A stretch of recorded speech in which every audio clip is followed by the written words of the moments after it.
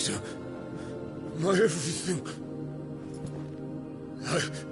I've missed you so much. Kuka!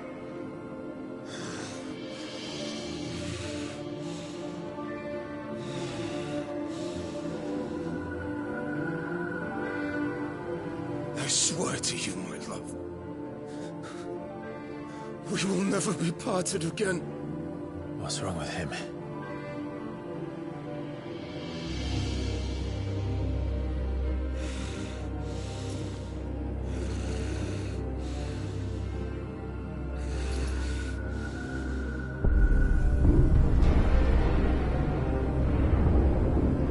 You got away from her!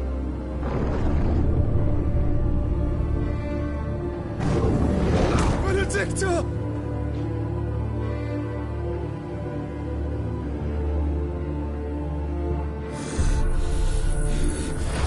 I'll kill you, Roswell!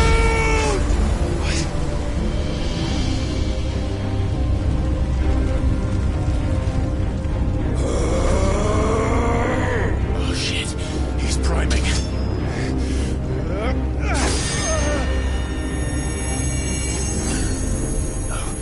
Not now.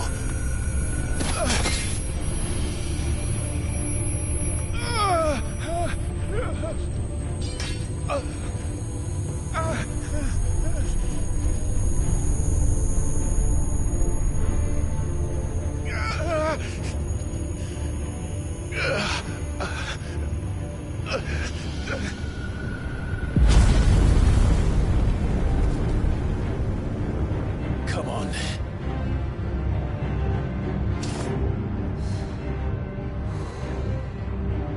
Find him.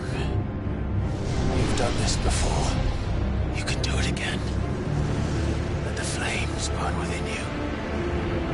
No. Let them burn without. Come to me, Ifrit!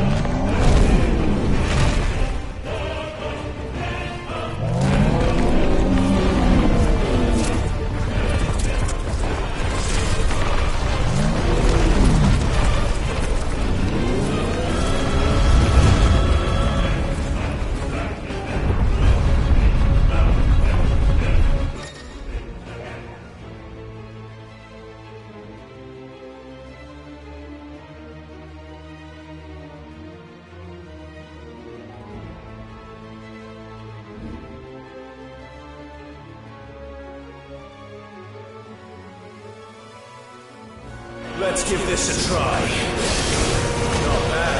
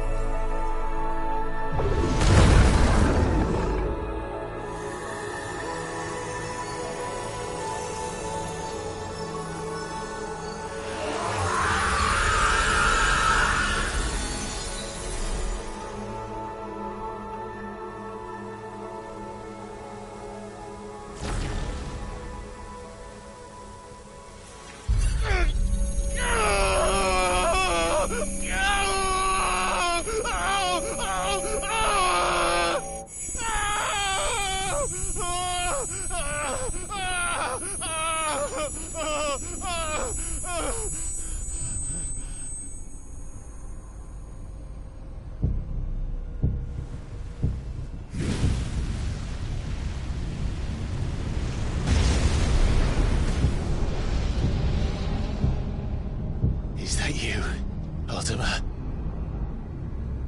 What do you want?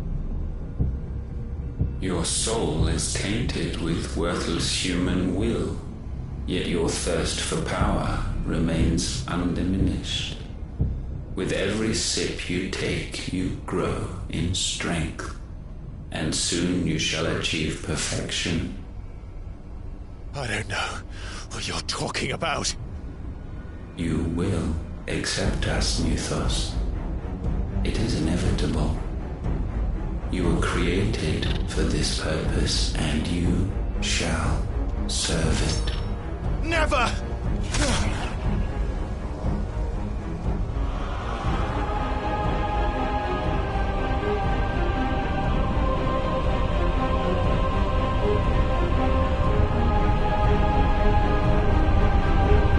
Fight it, Clive! Don't let him in! Consciousness. We see now. Human will is so insubstantial it cannot exist in isolation. You mitigate its weakness by interweaving it with your consciousness. We believed we had merely to purge you of your will to claim our vessel. It appears we first have to sever every thread of the consciousness that supports it. No matter. The time to build a new world is not yet upon us. We will contemplate.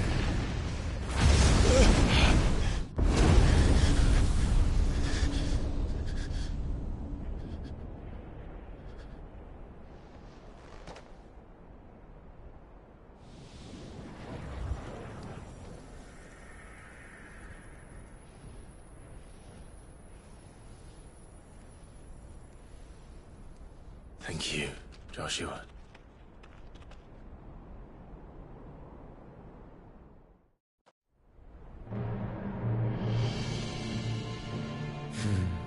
One can no more command the power of ether by drowning in its flood than one can constrain the tides by standing in the sea. I had thought Hugo wiser than this, but it seems his head was full of rocks after all. Titan was strong. Your Majesty. But Mythos is stronger. For 5 years that man lived only for revenge. Clinging fast to a fiction, even as it swept him into the abyss.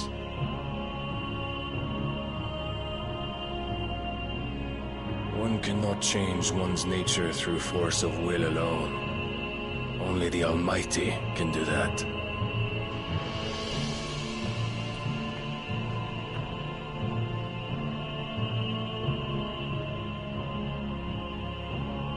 Hugo Kupka, the man who gave his life for a woman's head. A fool like all the rest.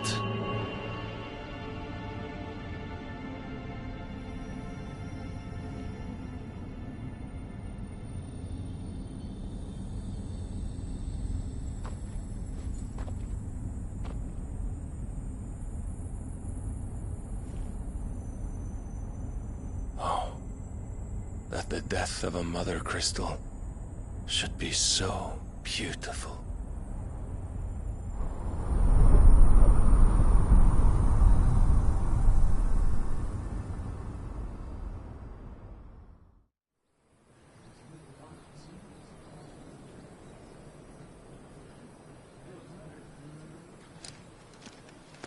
Some medicine, my lord?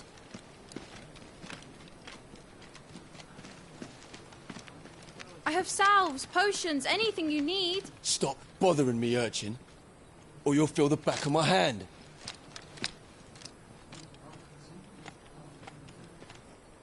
You must consider your health, my prince.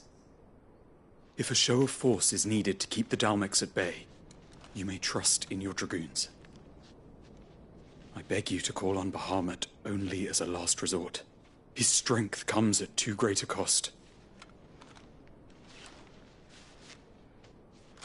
The Empire agreed to an armistice with the Republic, and yet the Emperor still plots its ruin. For now, the Dalmex suspect nothing, and as long as I can hold their gaze, war need not be inevitable.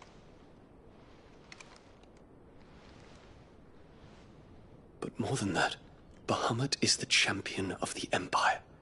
When our people look to the heavens, the sight of him gives them hope.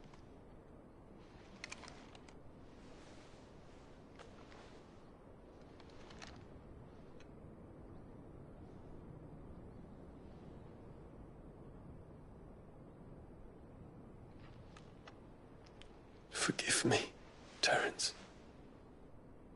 Would that you were my master. But alas. I will always be your loyal servant.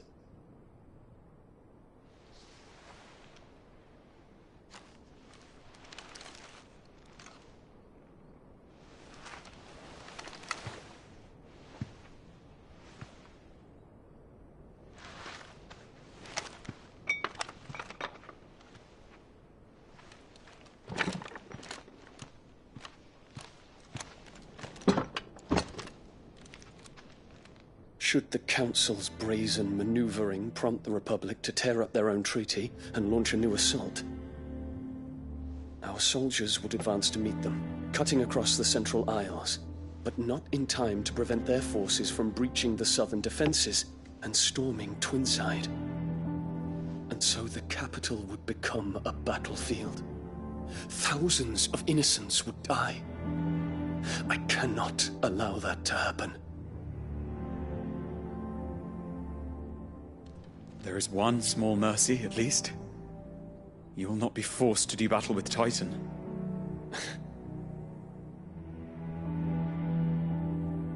Would that I could avoid doing battle at all. 1,000 pardons, Your Highness. What is it?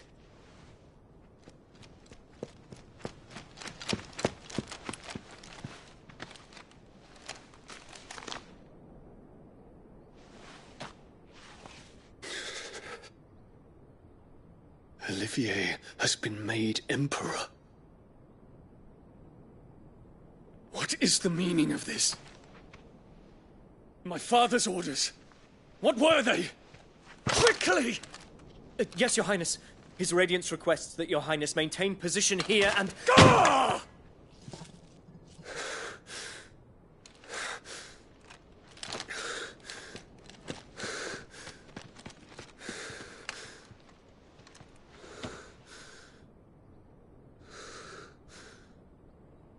Terence. Yes, my prince. I must go to the palace. I'll ready your steed.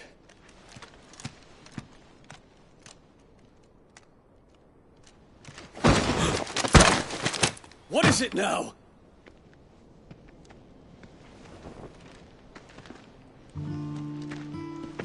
Forgive the intrusion, Your Highness. I know you. At ease. We stand in the presence of the Phoenix. You wouldn't want to get your fingers burned. I hope I'm not interrupting. Not at all. Though I admit, I did not expect such a distinguished guest. How many years has it been since the Remembrance ceremony? 20? I thought you long dead. Do I address a ghost? Many have told me that I look like one. But no. I'm alive. Just. Prince Dion of the House Lesage, I have a tale to tell you.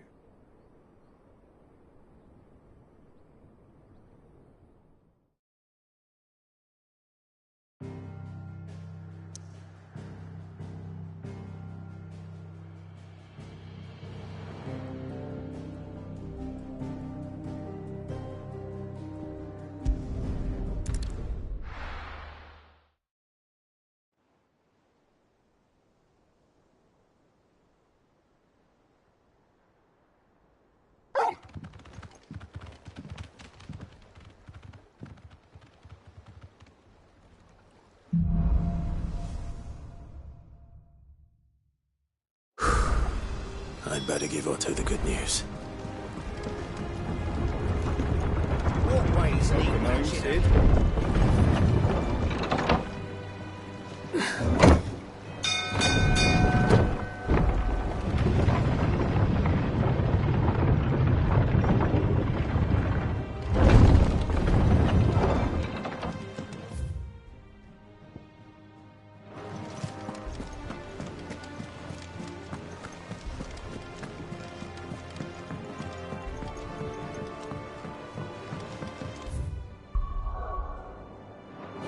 We're seeing troops amassing at every corner.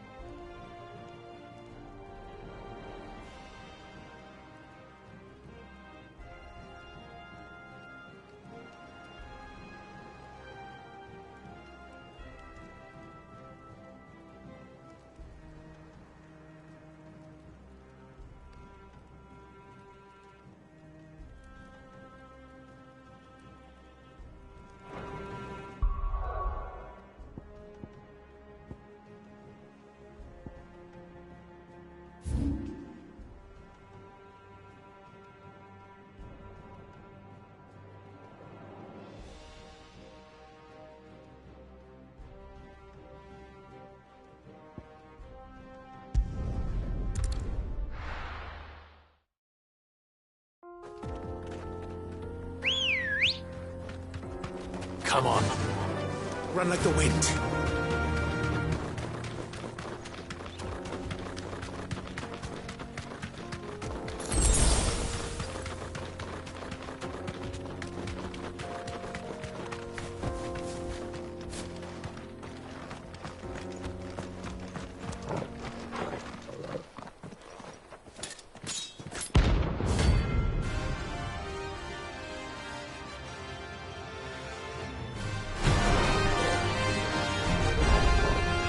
My blade yet hungers, and so do I. Come, let us feast on your flesh. Your feasting days are over.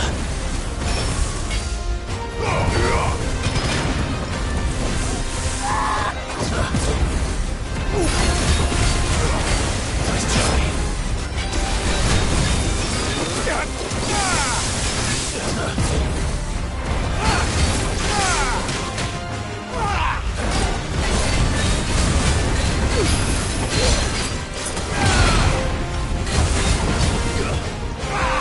Nice try.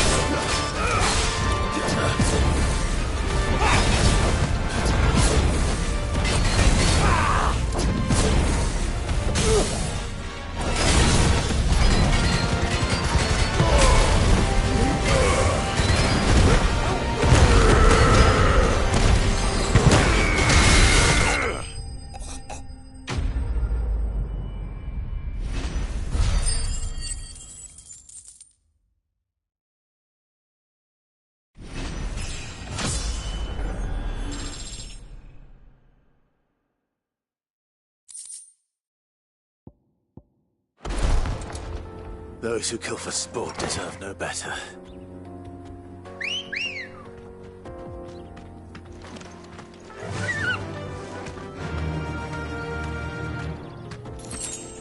Faster!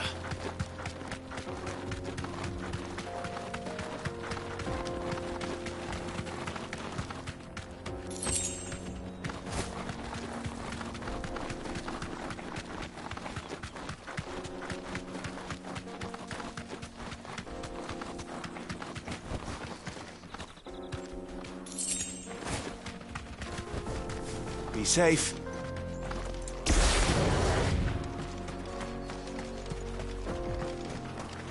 Another crystal. Lines.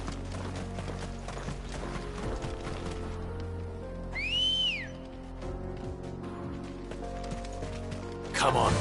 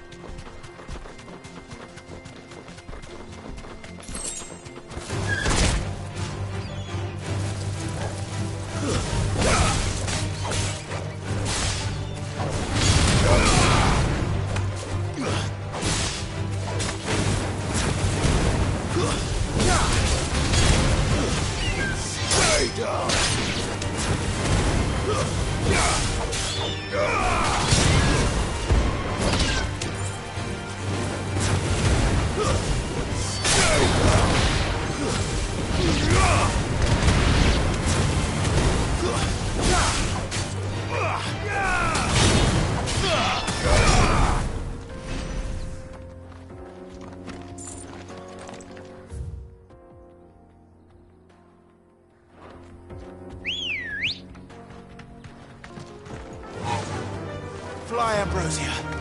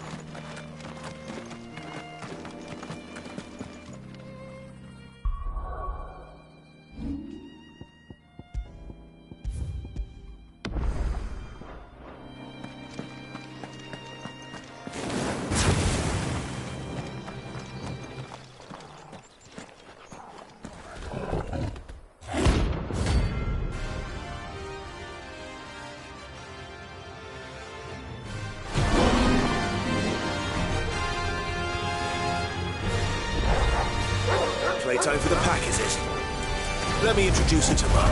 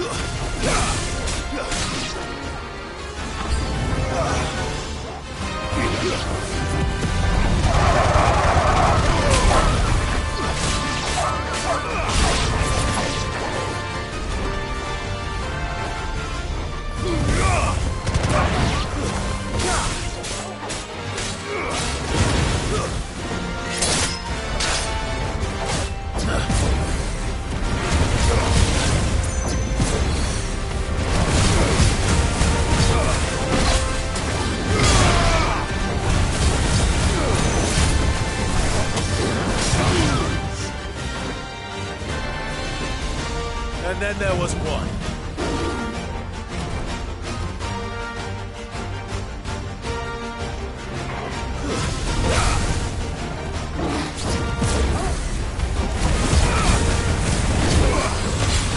Too slow.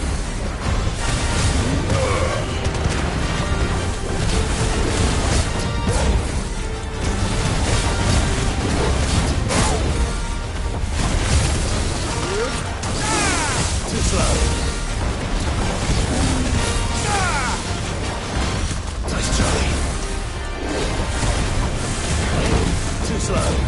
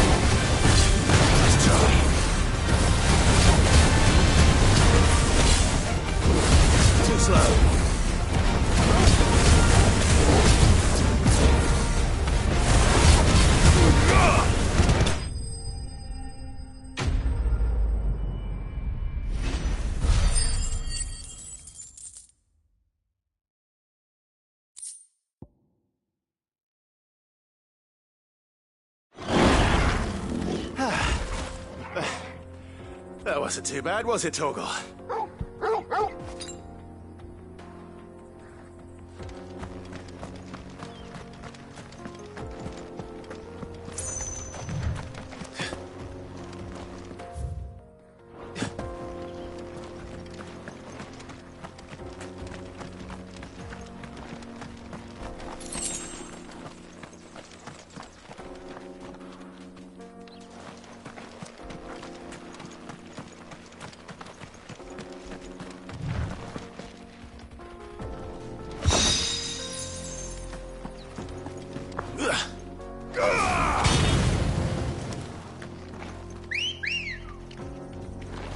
Good girl.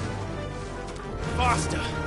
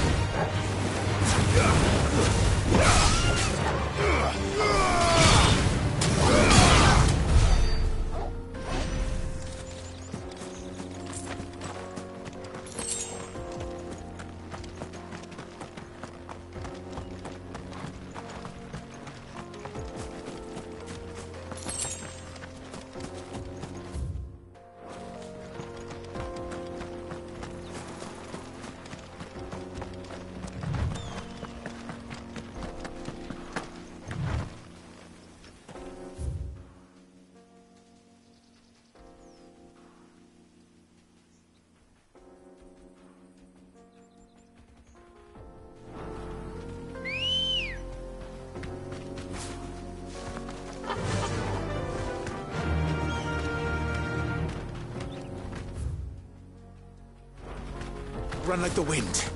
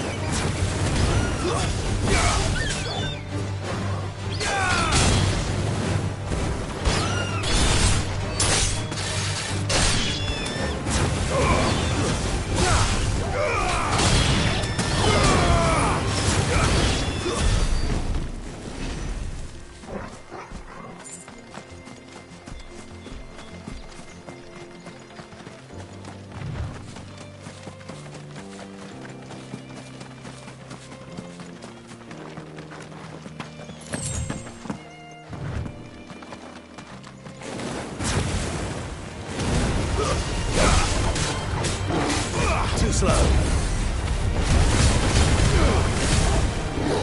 Nice try.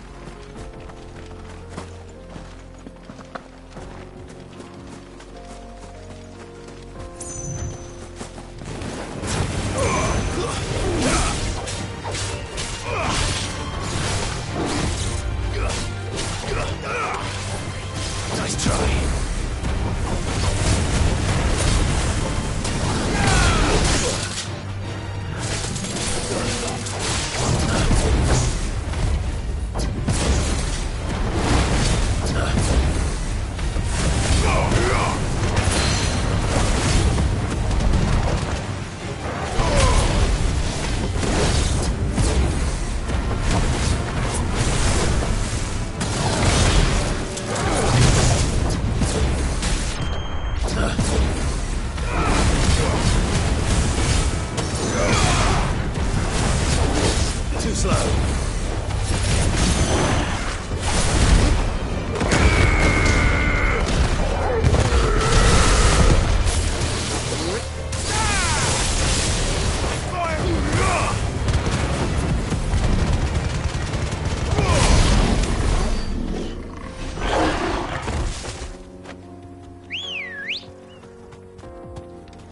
Come on.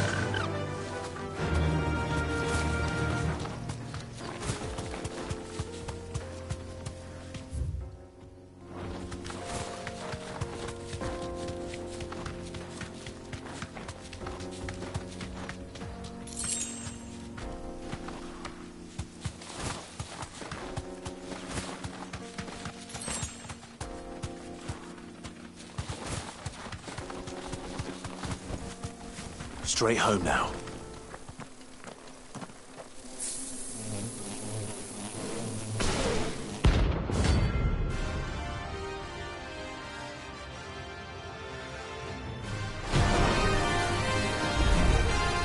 They don't look happy.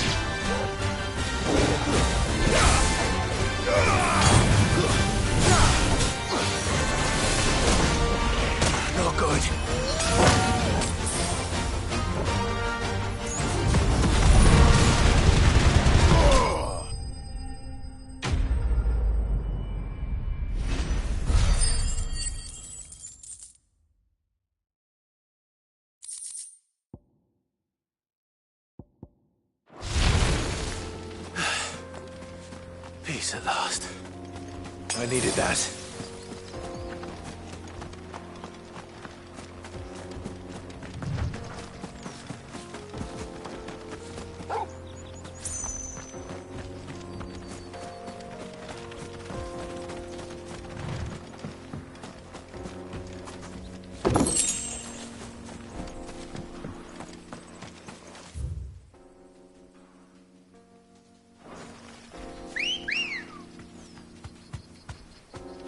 Let's go.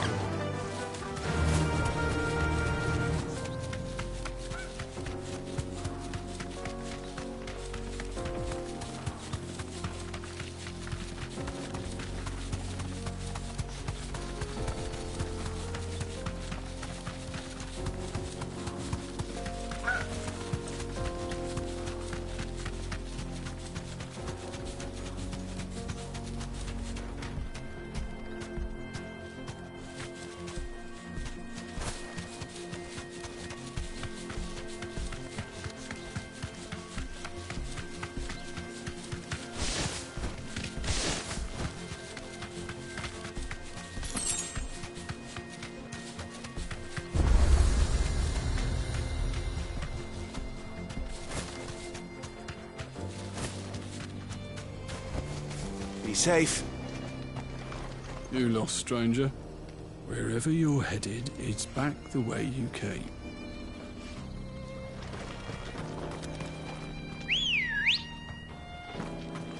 Come on. Faster!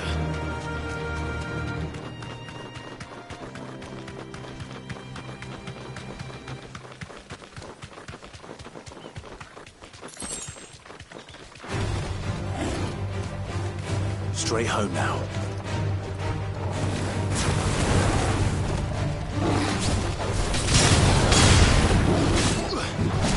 Too slow.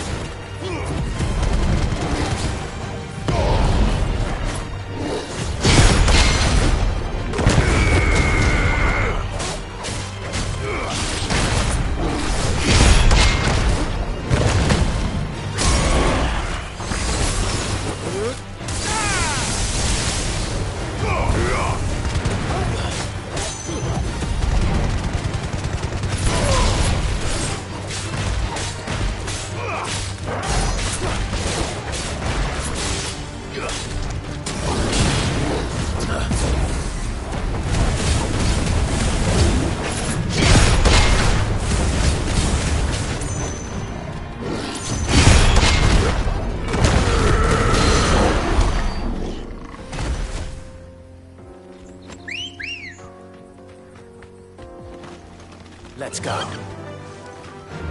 Yeah!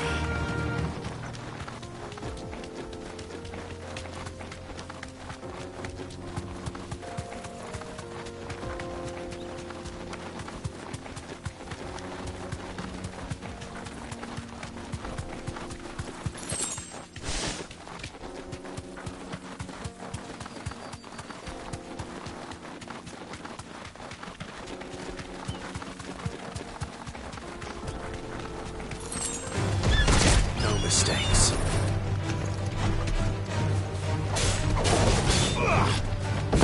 Bravo!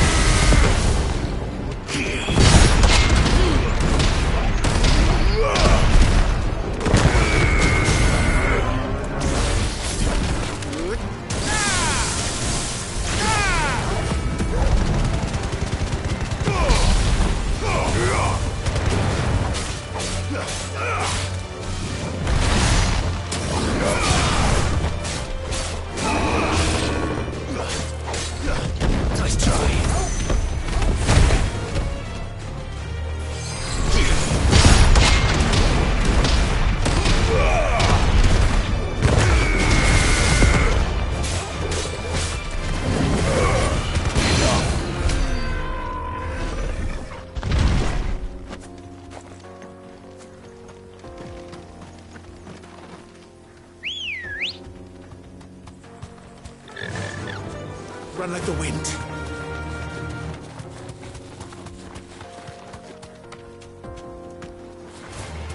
Enough of you, are there?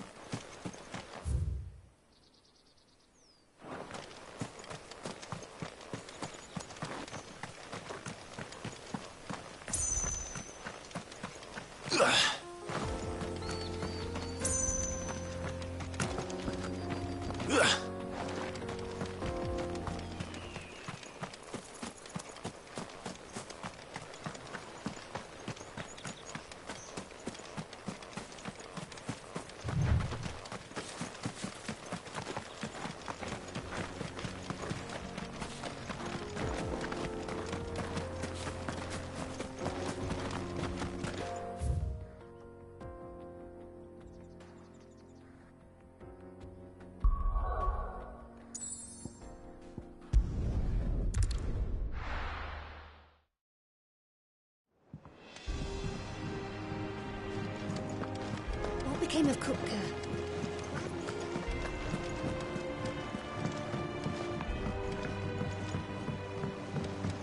We're seeing troops amassing at every border. No surprises there. Oh, I wasn't expecting you back so soon. Come to claim your just desserts?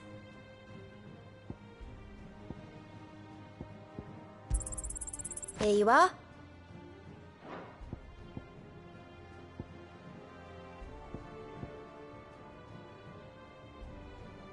All done?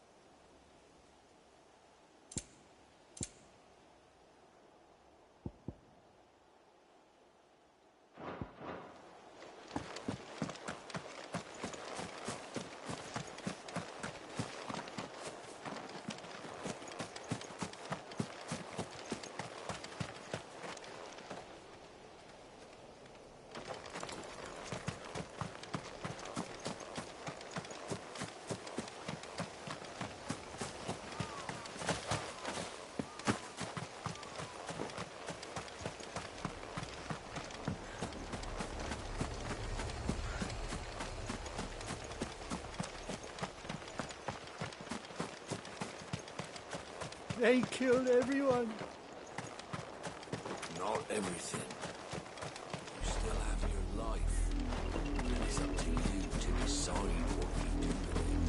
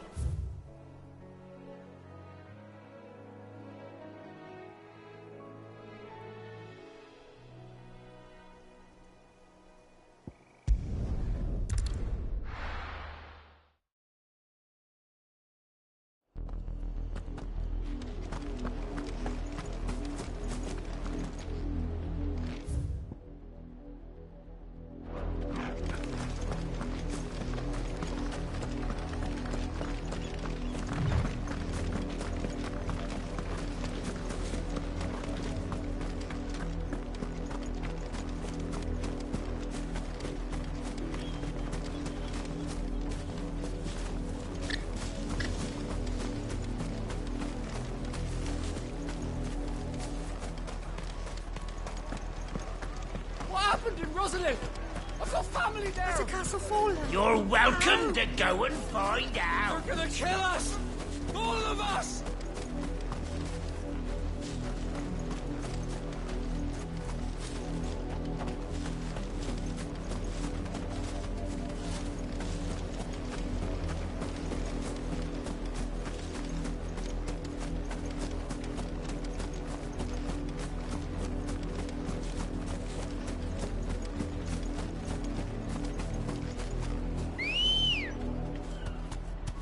Let's go.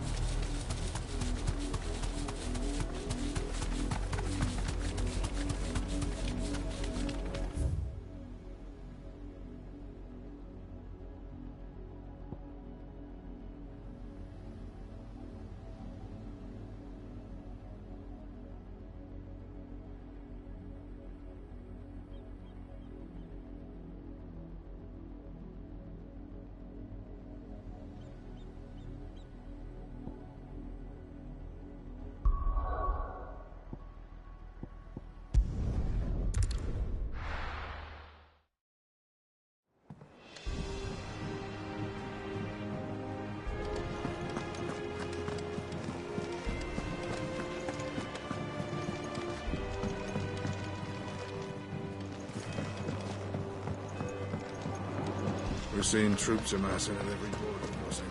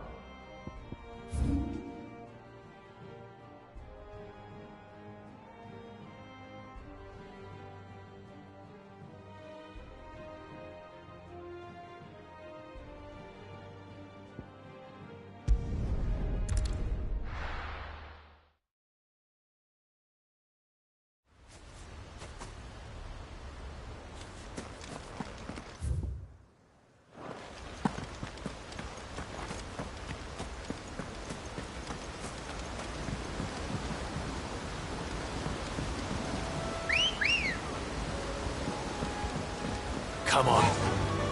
Faster!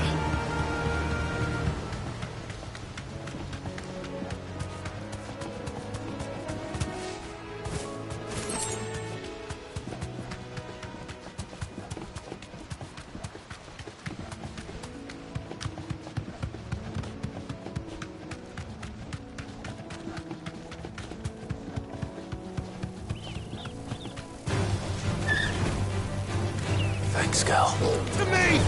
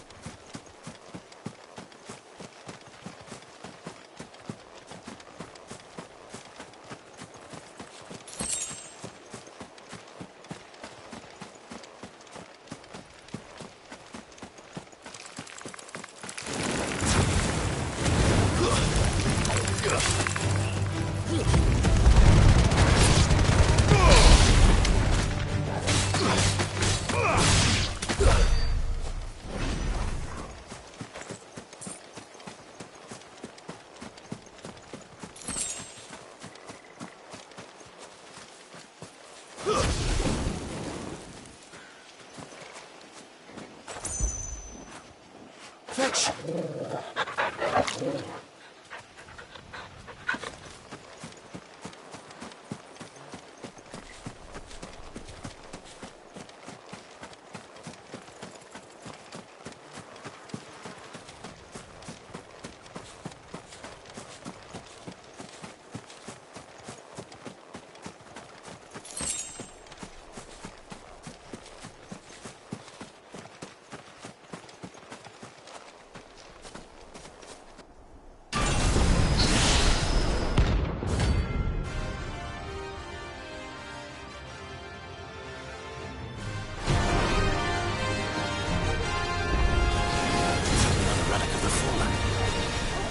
Seems this one has a little more life left in it. All right then. Too slow.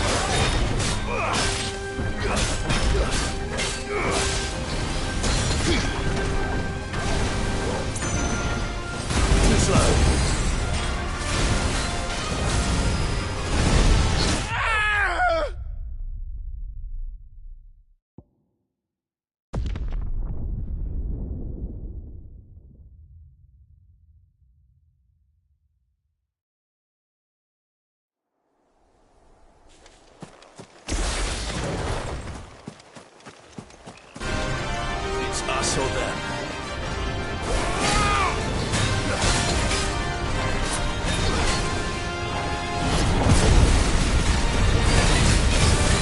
Nice try.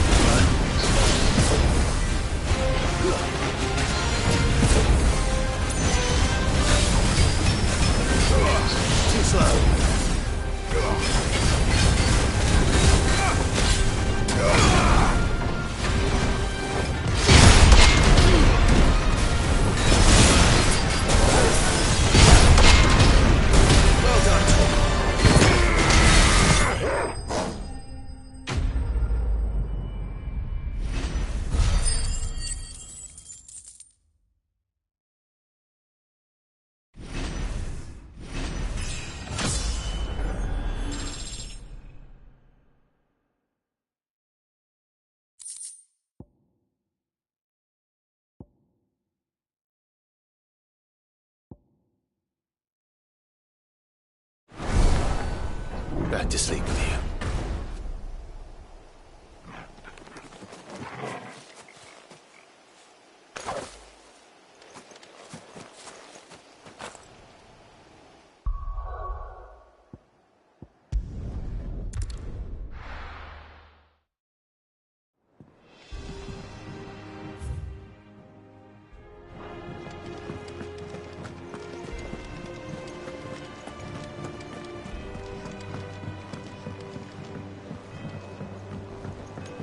We're seeing troops amassing at every border crossing. No surprises there.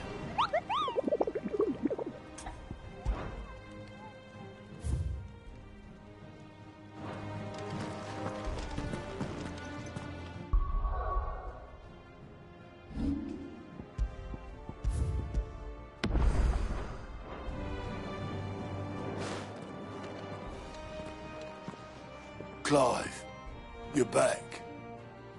I am. And with glad tidings for once. Hugo Kupka is no more.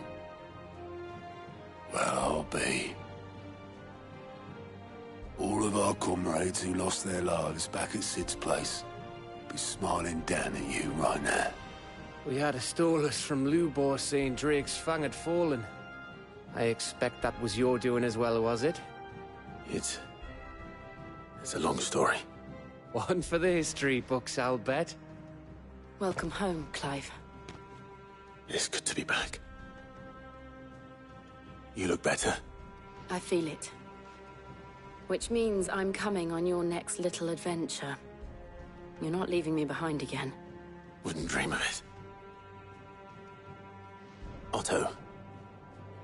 Any word on the Royalist movements since I've been away? Shouldn't you be putting your feet up? If you really want to know, go and have a word with Vivian. Thank you. I will.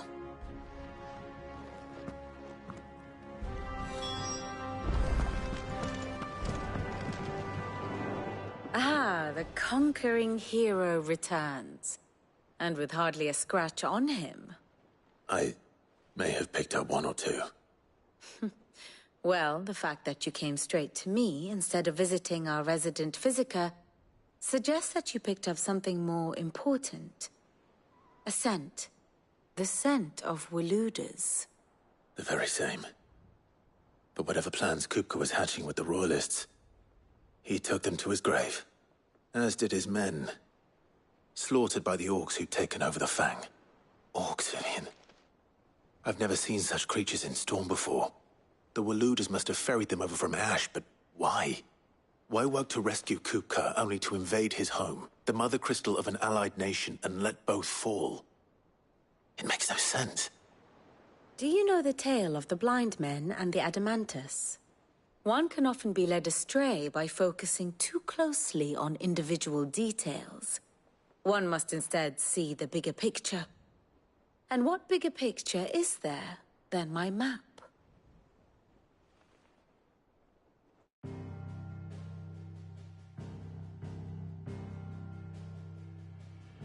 The Kingdom of Waloed claims dominion over all of Ash. It is a nation forged by the bloody conquest of Barnabas Tharm, the dominant of Odin. The Canvarian War of Independence in 849. The Battle of the Twin Realms in 865. The Battle of Belinus Tor in 873. Wheresoever his armies fought, Odin was found where the fighting was fiercest. But of late, the warrior king appears to have laid his sword to rest. Battle rages for control of the crystalline dominion. Yet Tharm sends not a single ship in support of his Dhalmekian allies. Meanwhile, the Blight ravages great swathes of Ash. Yet warlike Waloed shows not the faintest interest in laying claim to untouched lands.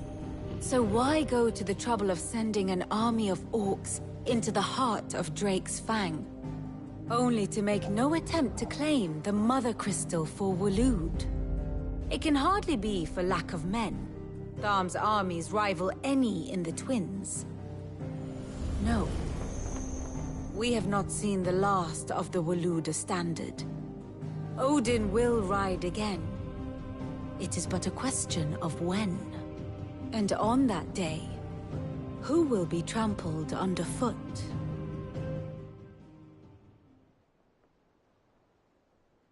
In summary, I know not to what end the Royalists betrayed Kupka.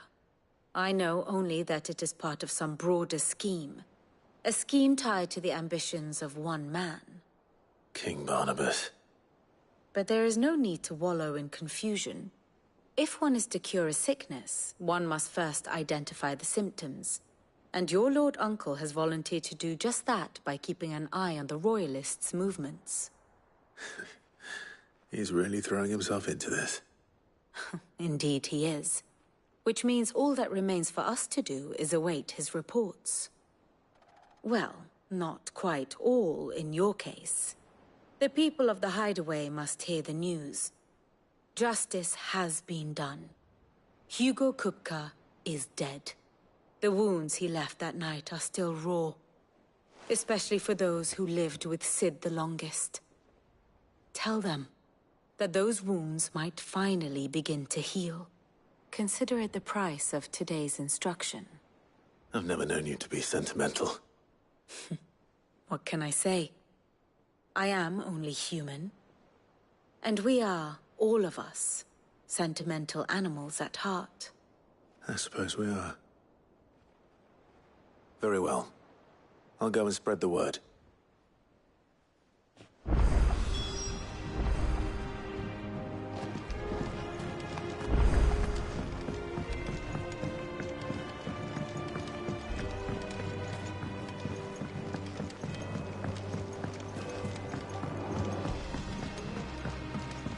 It's good to have you back.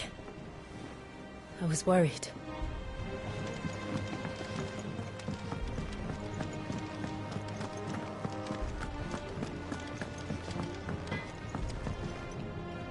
Blackthorn, do you have a moment? What is it? I'm busy. I wanted to tell you that Hugo Kupka is dead.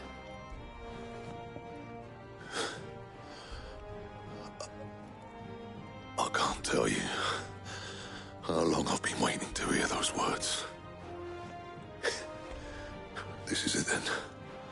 A new beginning under a new Sid. I'll try to live up to the name.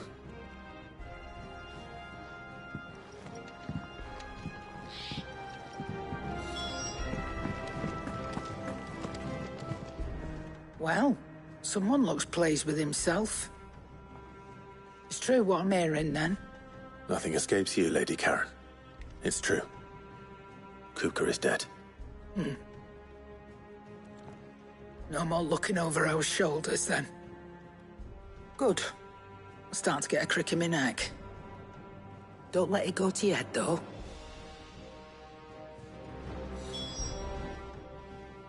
And what can I do for you?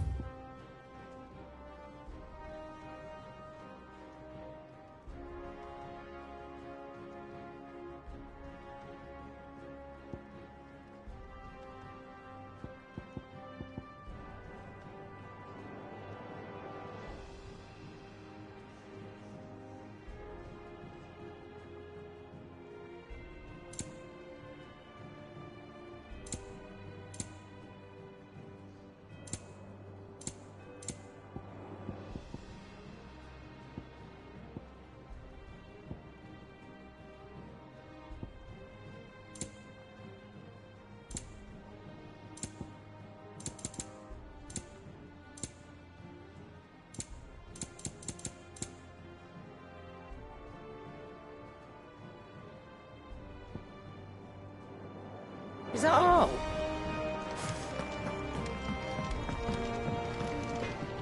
What do you need? What do you want?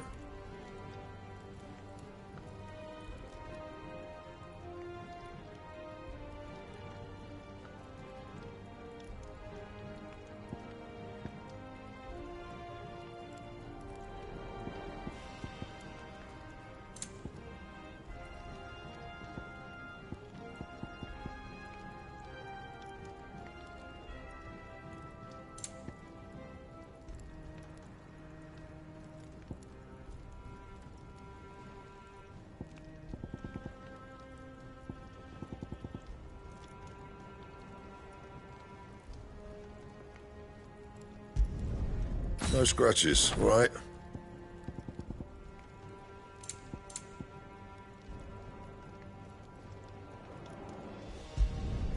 Not bad, if I do say so myself.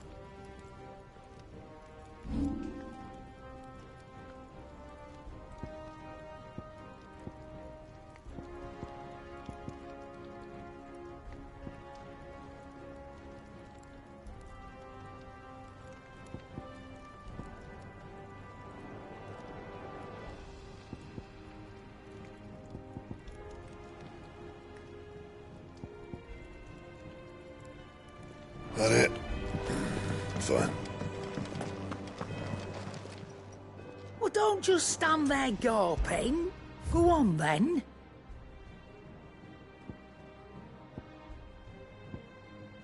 Is that all?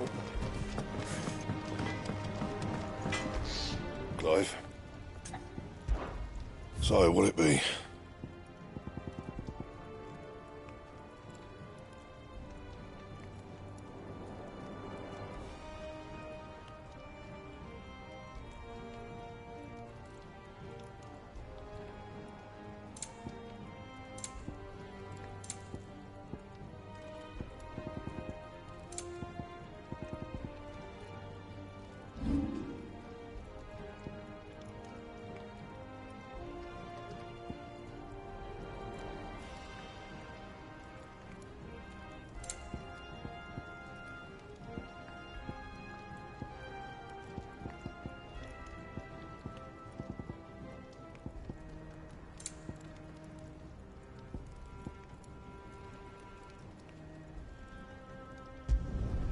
Yeah, that should do you.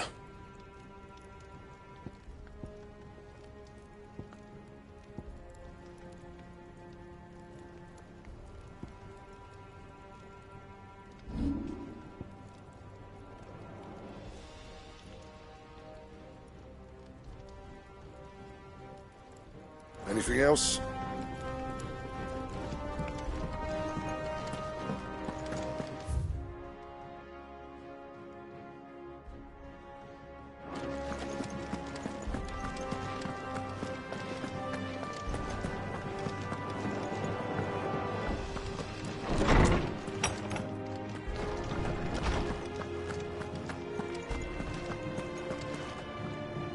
Ah, Clive. Have you come seeking the gift of knowledge? No. To share mine, actually. Hugo Kupka is dead.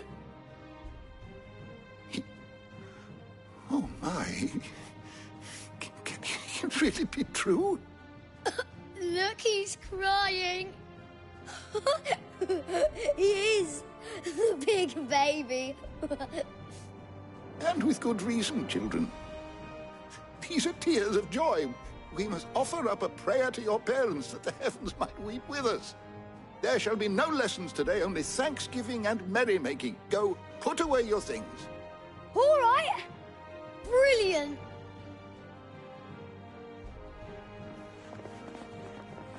Finally, a new dawn has broken. It has. Thank you, Clive. I cannot wait to share the good news. Hippocrates. After Kupka fell, Ultima came to me. I need to know what he is. Have you learned anything? Alas, no. And not for want of trying. I have scoured nigh every historical tome in our collection and found nothing. Not even the sort of conspicuous absence that might suggest a concealment of fact. One is almost tempted to conclude that such a creature never existed. But I saw him. With my own eyes. I don't doubt that you did. Alas, it seems you are the only one who has. To others, he reveals naught. We see only that which he leaves in his wake, like some terrible force of nature beyond the ken of mortal man. A bringer of death. Whether the Ultima you met with was the being itself, or merely another projection of its power, I know not. But until I do, my investigations shall continue. Thank you. It means a lot. Right. Let's see if Otto has anything else for me.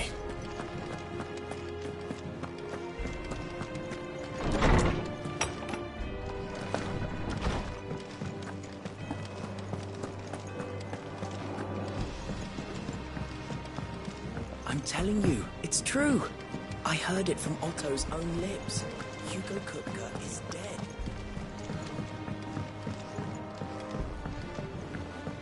We're seeing troops amassing at every border crossing. How are you doing? Here you go. Think you can help? Welcome to the Patron's Whisper. Come again. I may have more for you.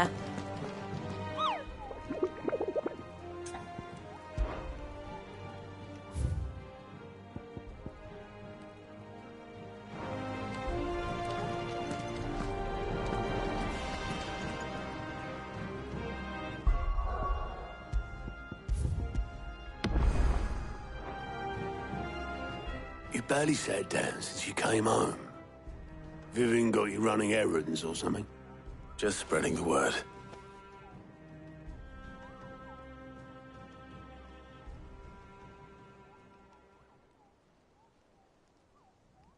So, the Professor's got a soft side, has she?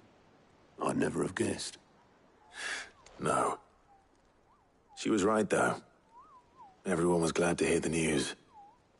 Ah, but you ain't told everyone. I can think of plenty of friends back at the old hideaway who'd sleep more peacefully for knowing. Not least of all Sid. You should tell him. You're right. I should. And I will. Well, when you do, be sure to take Mid with you. She's been going at it hammer and tongs down at that workshop of hers, trying to do her father proud. I can't remember the last time she visited the old sod's grave. Very well. I'll suggest it.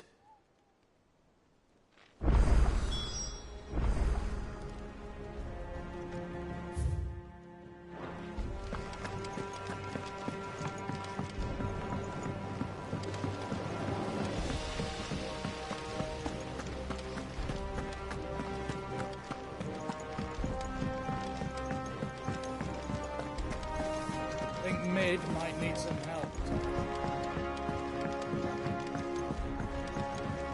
If I don't come up with something soon. All right, Clive? What do you want? I'm going to visit Sid, and I thought you might like to come with me. Sorry, I'm too busy for all that right now. I've got to get this thermal displacement stack sorted. Thermal... Displacement stack. Here. And this is for...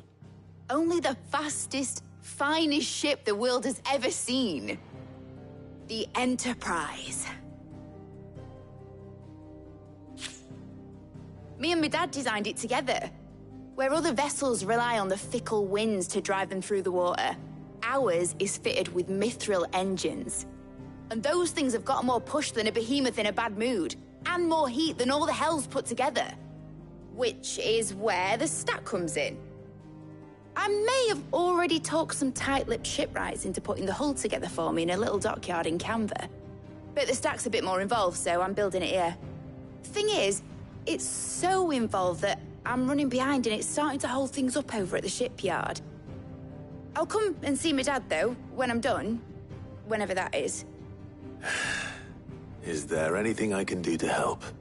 Good old Clive. I were hoping you'd say that. First things first, I need some parts meching. The stack will be made up of 3 major components. There's the plating, here, that channels hot vapors away from the engine. The helm over the top, that disperses all that heat into the air. And the shielding around the sides. That stops the rest of the ship from going up in flames. A full suit of armor, then. Probably best to take it one piece at a time. Then you'll need to start with the plating. Everything else fits onto it. I've got the designs and the list of materials here. Show these to Blackthorn. He'll know what to do. I can't make head nor tail of them. Luckily, you don't need to.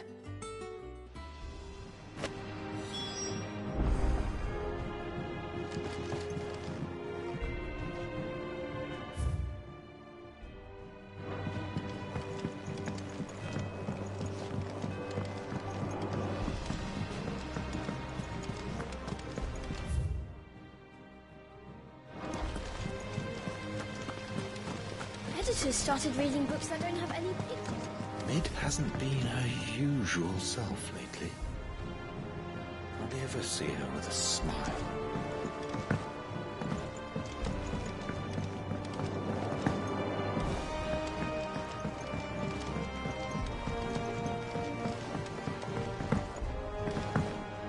I went up to give some greens to the dog.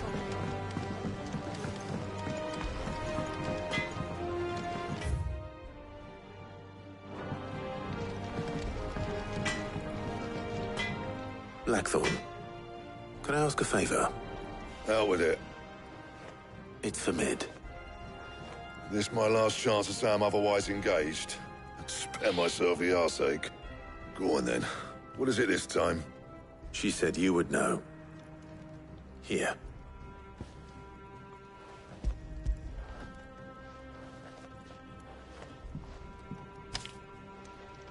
Krieger's Tates. Well, I don't know what the hell you'd want this for, but I can make it. Won't be easy, though. And I'll need help. Get Gavinotto in here, will you? All right.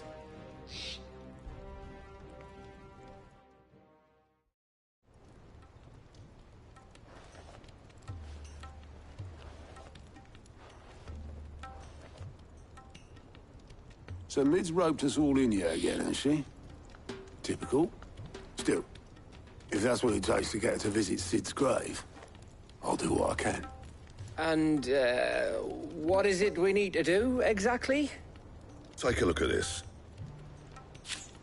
It's this plating. The usual sword grade steel won't work. We need something that can get very hot, very fast, and still keep its shape. That means an alloy. Something that won't break or buckle at the temperatures she's talking about. Which is where you lot come in. I need materials, and I've got my work cut out already. You'll have to fetch them. Now, there's a special kind of sand I'm after that you can only find out in the Valcroy. Stardust, they call it. As for the rest of the stuff, my usual supply should have it in stock. It just needs buying and bringing back here. Well, we'll get it done quicker if we split up. One of us should probably give you an hand coat in the sand. And the other can go and get the rest from this supplier. Right then. Well, make your minds up who's going where, and we can get this over with.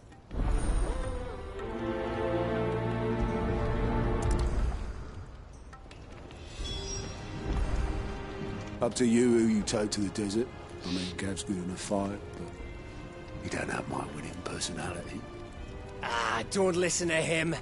You'll be in the lowest of low company with either of us.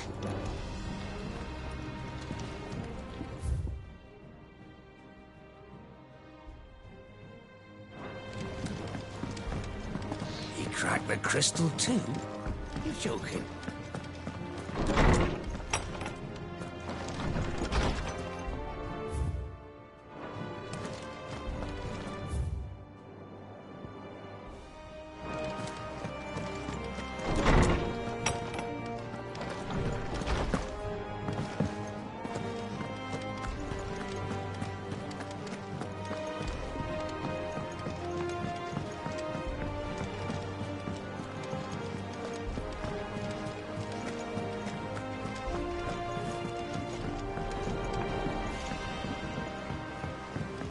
We're seeing troops amassing at every border crossing. No surprises there. Clive! Anything catch your eye?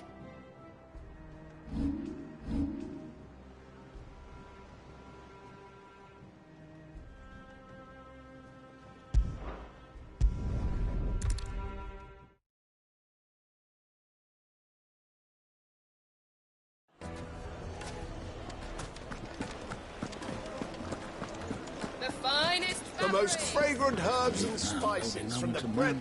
Gone, just like that. And without so much as a bow your leave. What's the matter? It's my apprentice. He up and vanished while my back was turned. I'd go and look for him myself, but I've got a bakery to run. A bakery that's now short one pair of hands. Loath though I am to rely on the kindness of strangers, I'm at a loss. Please, will you see if you can find him? I'll see what I can do. Do you know where he might have gone? I wouldn't be surprised if he was off somewhere mooning at Drake's Fang. He used to work there, you see. Poor fool left his heart in its hollow. All right. Then that's where I'll start.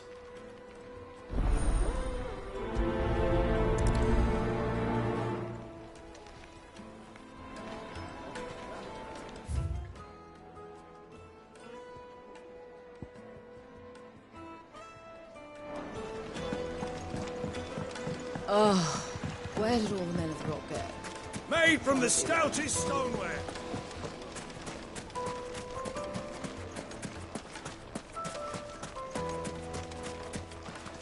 Anything I can interest you in?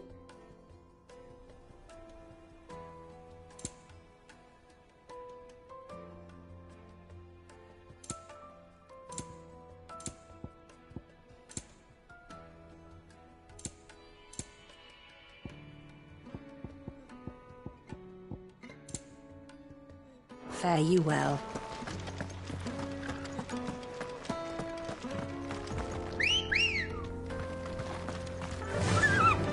Faster!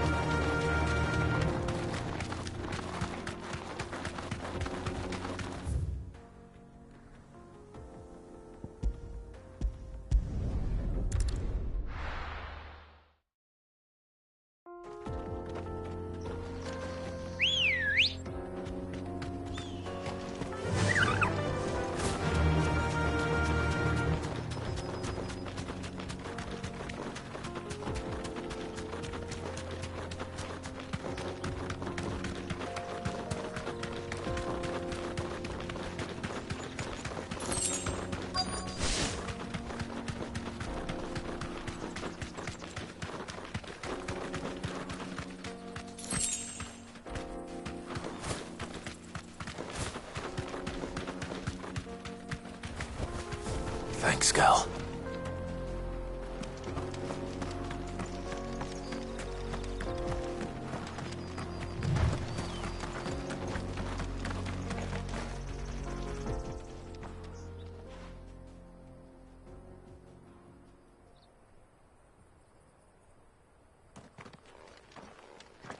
Excuse me.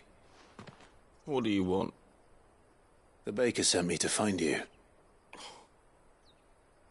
I am a sorry, selfish sod, aren't I? Certainly not a baker. Master must rue the day he took me in. Time was the sight of the Fang used to calm my nerves. But now look at her. I take it you missed the Mother Crystal. I hated her, but she was all I knew. Worked her mines for years. And when she shattered, part of me shattered with her. I had to trade my pickaxe for a rolling pin. But I'm no good at baking. Every loaf I touch collapses. My bread's as hollow as I am. She was the only thing that could fill the hole inside me. Oh, I loved her, damn it. But now she's gone. She's never coming back. What am I supposed to do? I ask her. How does a shell of a man learn to live again?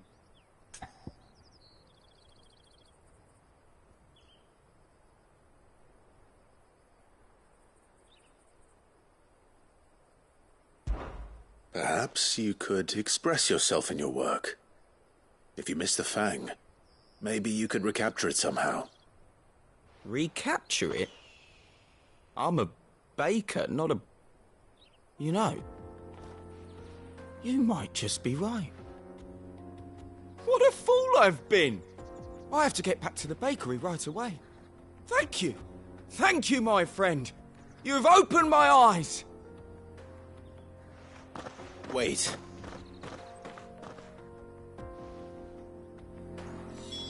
Suppose he won't be needing an escort then.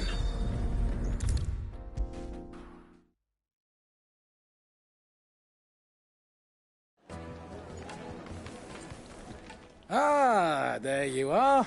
The man who lit a fire under my wayward apprentice. Though I worry you might have stoked the flames a little too high. He damn near ran me down trying to get to my oven. Master, it's ready. Behold the Drake's Balm. A truly unique creation. I dare say it is. Just look at it. A perfect likeness of the Fang herself. Her steepled peaks, her fulsome spurs, her inviting hollow. True, my loaves collapse more often than not, but what's the Fang without her crater? Why, no Fang at all. And look, inside. She's filled to bursting with a bounty of beautiful crystals. Salt crystals! Master, I have found my purpose. I must use my work here to preserve the memory of the Fang. Well, if it tastes half as unique as it looks, I'd certainly say you're onto something. Not only is my apprentice back, but he's finally pulling his weight. With any luck, I might even have a new delicacy on my hands. I don't know how you did it, but you have my thanks.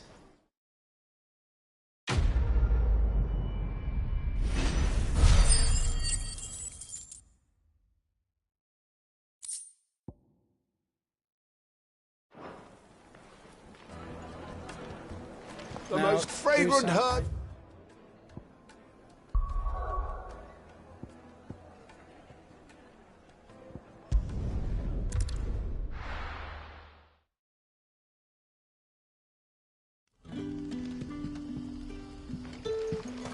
Good day to you, Sid.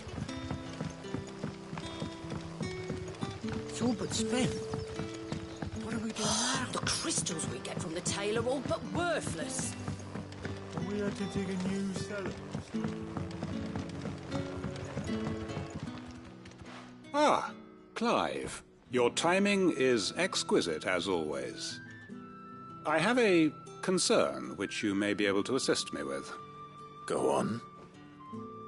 There are whisperings afoot of shadowy figures having been sighted outside the village. Rustlings in the undergrowth, suspicious noises. My people fear that they are being watched. It may be no more than a surfeit of nerves, understandable in the current climate, or it may be the prelude to something altogether more dangerous. Given what I hope you'll forgive me calling your nose for trouble, I wondered if you might investigate. Of course. Excellent. You might begin by speaking with the good citizens of Lostwing. Listen to their tales, and make what you will of them. All right. I will.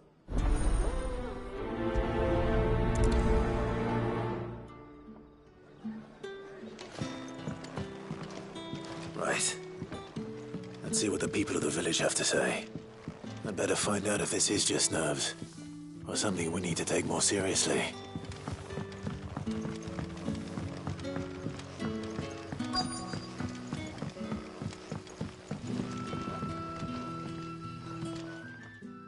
You all right, Sid? Something on your mind?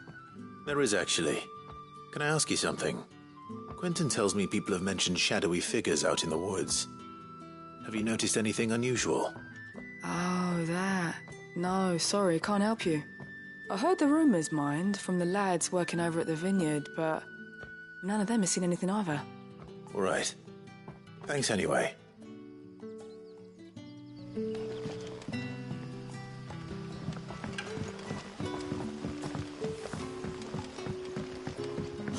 The crystals we get from the tail are all but worthless.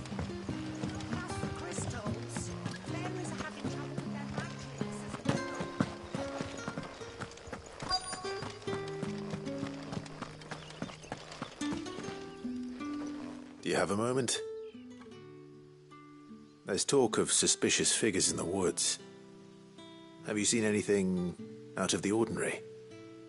No, but I've heard something. Sound of scraping metal, like someone sharpening a sword. Where was this? In Lorbert's Pass.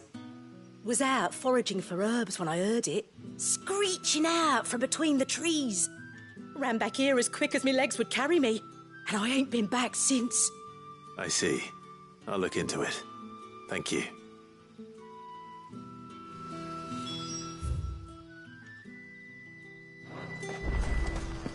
Seems Lorbert's Pass is our best bet then. What do you say, Torgal? Shall we go and investigate?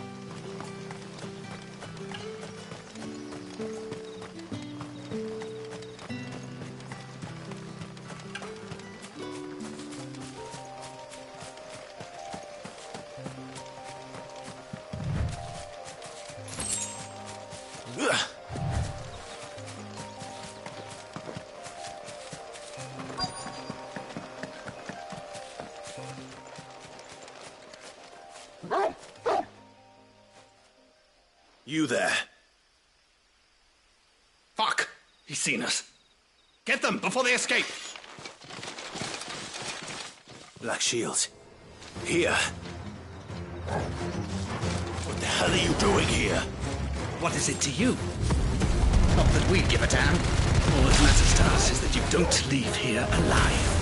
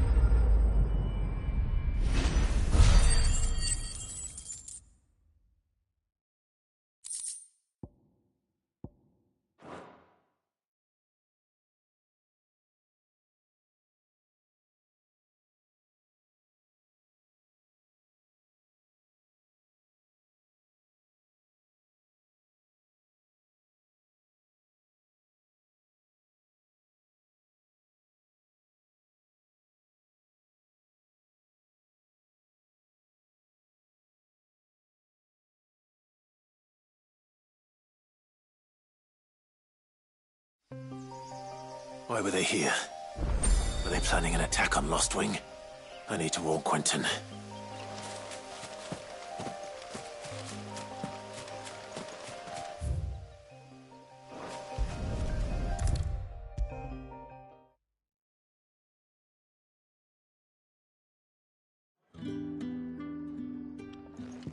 Clive, how goes the hunt for our sinister figures?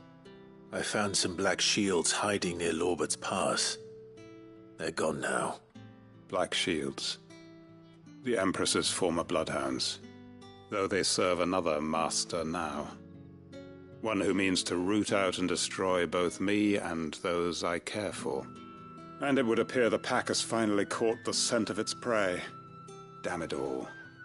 I had hoped I would have more time than this. More time to prepare. But if we are cornered, we have no choice but to bite back. And bite back we shall. I'm sorry. You're going to need to explain. Who did the Black Shield serve now? And why would that person want you dead? Because I want him dead. Who? The former Lord Chief Justice of Sanbreque. All that I have built here is for him. I don't understand. Why him? Why Lostwing? I suppose it is better that you know the truth. I was a member of the judiciary once. So sickened was I by the injustice of this world, I swore to fight it. And fight it I did, in my own small way. I saw more than a few corrupt officials condemned to the very cells into which they had thrown blameless innocents. Men to whom the law was but a scourge to turn against the powerless. And throughout, it was the Lord Chief Justice who backed me, who was my one true ally in the quest to see justice done. So what changed? I discovered that he hunted bearers for sport. I was a fool to think he shared my hatred of venality and vice. His support for me was no more than a facade, a means of ridding himself of his rivals, a mask to hide the rot beneath. I filed suit against him immediately. His response, however, was rather more visceral. He had my entire family slaughtered, and he faced no punishment whatsoever. I lost everything. My loved ones, my livelihood, my position, the faith I had once held that any modicum of justice might be achieved through the courts. So I set about enacting my own. I tracked down every soul who served him, and slit their throats myself. But the man himself proved an altogether more difficult target. With money and power come protection. And so I saw that I would need an army of my own. I came here to Lostwing and began recruiting like-minded individuals. And everyone here knows this is why you do what you do. Of course. They too have lost loved ones to the bearer hunts. Seen faultless friends sent to the gallows to spare the guilty. All under the watchful eye of the Lord Chief Justice. Our wounds are the same. And our cause is the same. We are comrades. And our revenge is already in motion. We know where he hides, how numerous and well-trained his guard. What we did not know until now, however, was that his plans may already be in motion too. Quentin. Our time is short. He may move against us at any moment, unless we move against him first. My friends and comrades, it begins. Make ready for war.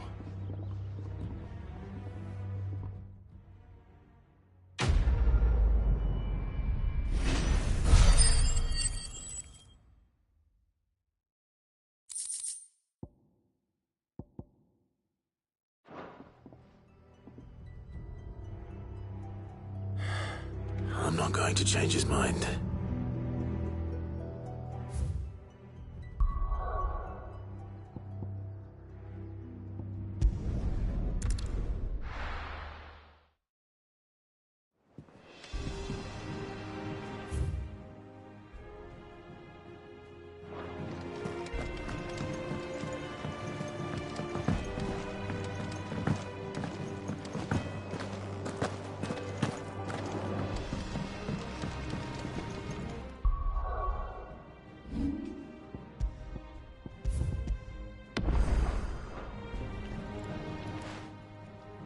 You going after the Stardust then, are you? Which one of these two lucky souls is going with you?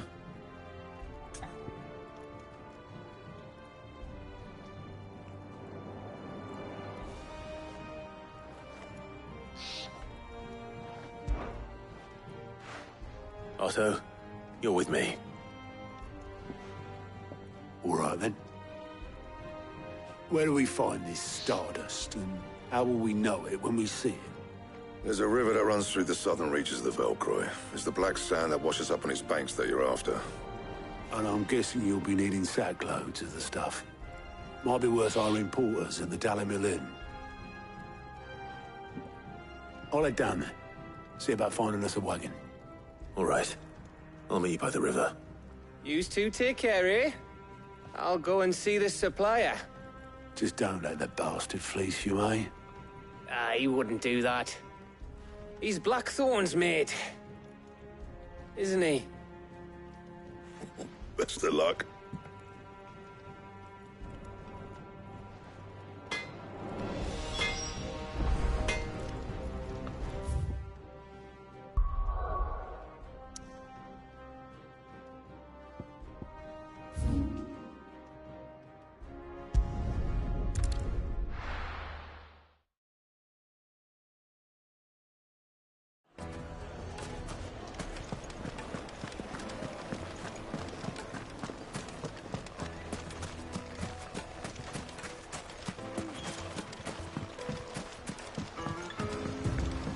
Looks like I found the river. Now where's Otto?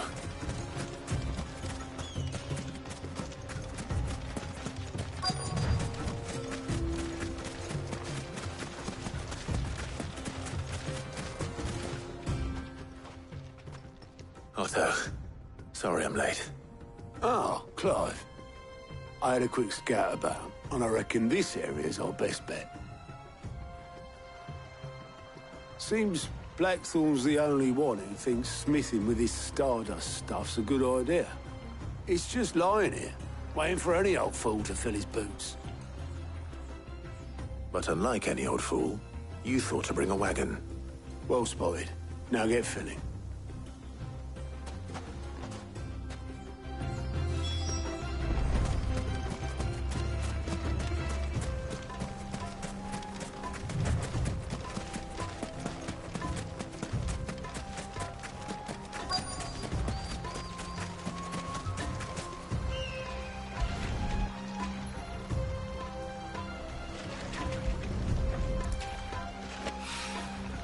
So this is Stardust.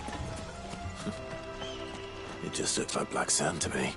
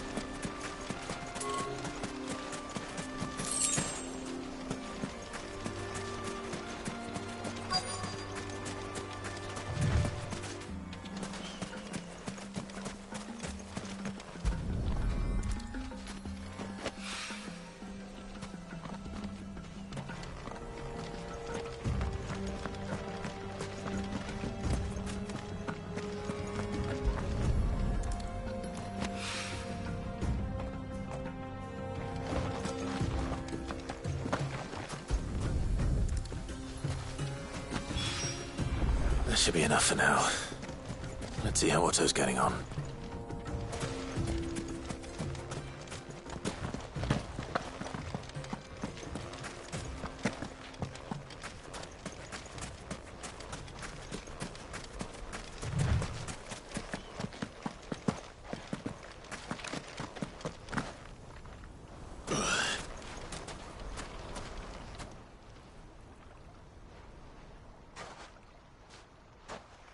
How much did you get? Enough.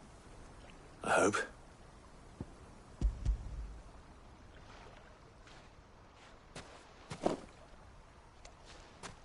More than me. Put it all together and I can't see Blackthorn complaining. Much. Here, Clive. Do you fancy a walk?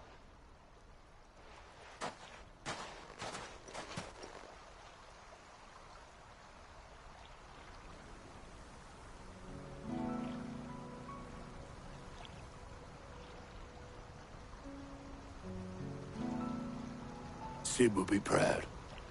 Of what? Of you, you idiot. The way you've carried on what he started. When we first met, I had you down as a spoilt little puppy who enjoyed nothing more than biting the hand that fed you. But 5 years on, you're the one doing the feeding. So thanks for proving me wrong. You weren't wrong. But I changed. Thanks to Sid. And thanks to you. When I suggested taking on his name, you were the first to back me. And if you hadn't, no one else would have. I couldn't have done any of this without you, Otto. Don't give over. You're making me blush. All I did was choose hope over despair. I gave you a chance, yes, but you're the one who took it. You took a rabble of homeless, hopeless outcasts and put them back on their feet. Gave them something worth fighting for, just like the old Sid did.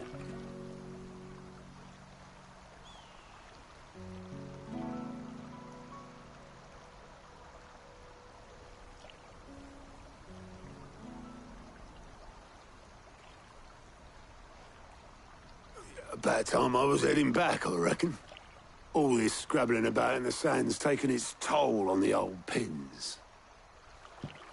I'll see you back at the hideaway then. You can take a well-earned rest when you get there.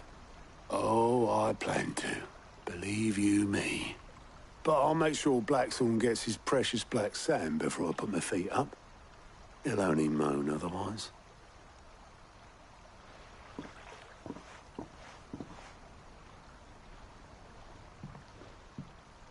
Right. Ready to go home, boy?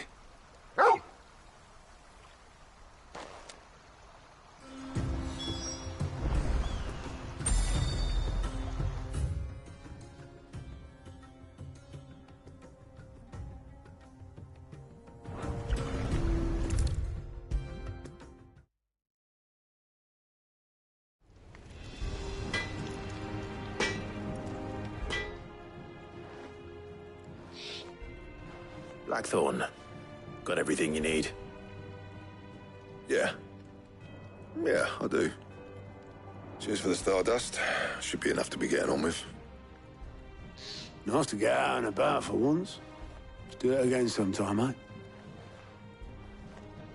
I'll make a start on putting this thermal plating together then. It will take some time, mind. So if you've got other things to be getting on with, I could do without you breathing down my neck. Thank you, Blackthorn. I'll let Mid know construction's underway.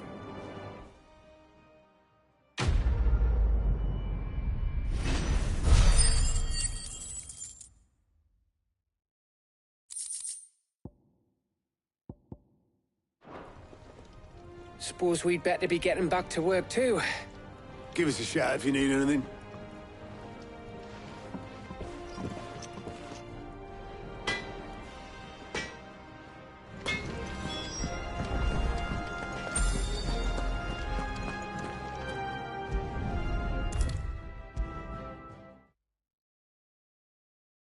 If I don't come up with something soon. You'll be pleased to hear that Blackthorn's started work on the plating. Excellent. 1 down, 2 to go. So, what's next? The helm, of course. For this, we'll be repurposing fallen scrap. Salvage from the ruins? I thought that material was all but impossible to work. Ah, but we don't have to. I'm sorry.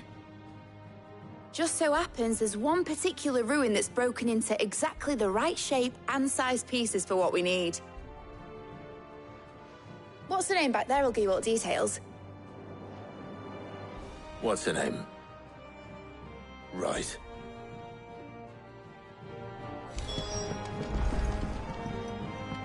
Oh, Sid, is this about the helm? Yes. Mid said I should speak with you. I'll show you the plans then. Here you see the mithril engine, in which mithril is burned to generate heat. That heat is then harnessed to produce motive force. Excess heat is dealt with by means of the thermal displacement stack, which disperses it into the surrounding air. Now, were we to rely on thermal plating alone to achieve this effect, the rate of excess heat buildup would far exceed the displacement coefficient of the plating. In other words, the reactor would overheat and eventually explode. This is where the helm comes in. It connects to the plating, you see, and serves as a sort of thermal sink to absorb all that excess energy. Our experiments have shown that fallen ceramics are remarkably thermophilic. They can withstand and absorb levels of heat far above anything we are able to make today. And not only that, they're also waterproof and immune to rust, making them the perfect material for our protective hood. Why? If sea or rainwater were to enter the reactor proper, it would vaporize instantly. The forces produced would tear the ship from stern to... You can stop there. I understand. Mid said we might be able to use parts of a fallen ruin. Where would I find it? Ah, yes. It's in Lorbert's Pass, near Lostwing. The thing is, well, I probably should have arranged to have the pieces we need brought here sooner. You see, a certain unwanted visitor has taken up residence there. It's no longer a matter of just walking in and taking them. It's, going to be considerably more dangerous than that. I see. Then I suppose I'd better deal with this unwanted visitor for you. Would that help? Oh, very much. Thank you, Sid. I'll gather my team and head there right away. We'll meet you outside the ruins.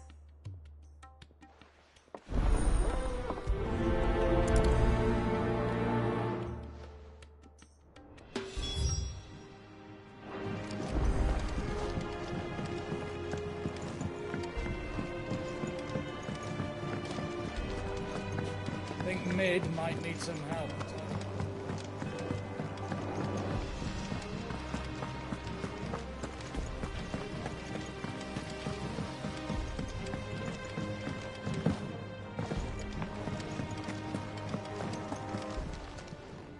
How may I help you today, Clive? All yours.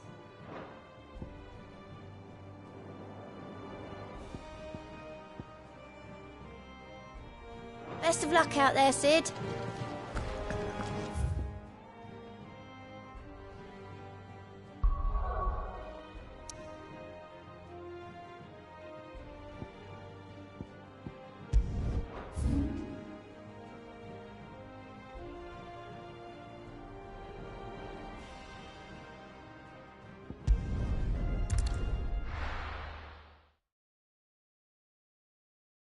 I'll be taking you all to a storehouse in the Bales. Leave anything you don't need behind.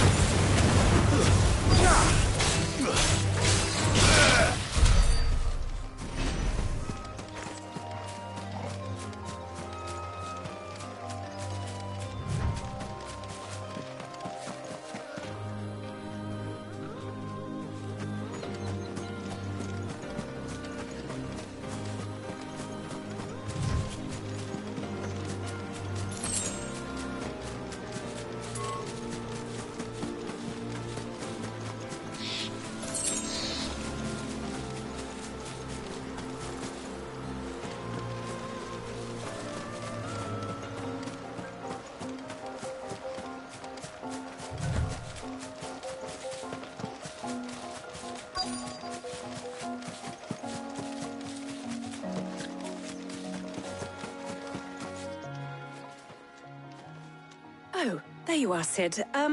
Thanks so much for coming. The, ruins are just over there, as is the creature I told you about, I'd imagine. Would you mind?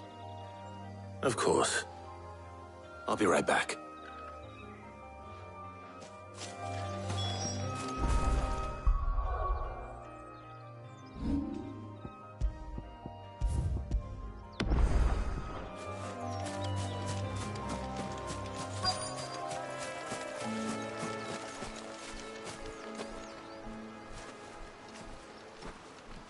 Anybody home?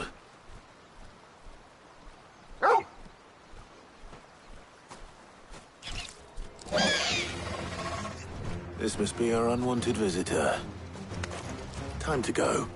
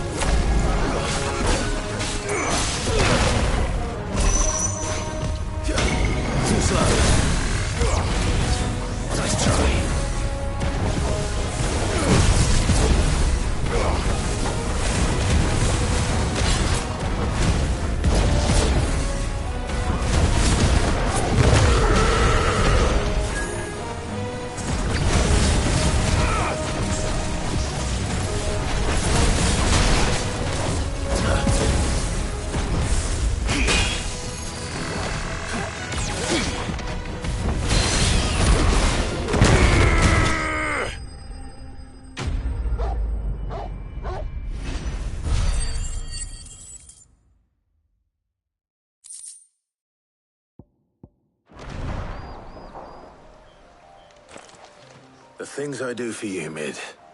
Sid! Oh, thank goodness you're safe. You shouldn't have any trouble now. Indeed. Well, don't let us keep you. We'll, see that everything is transported safely back to the hideaway. All right. I'll let Mid know you're on your way.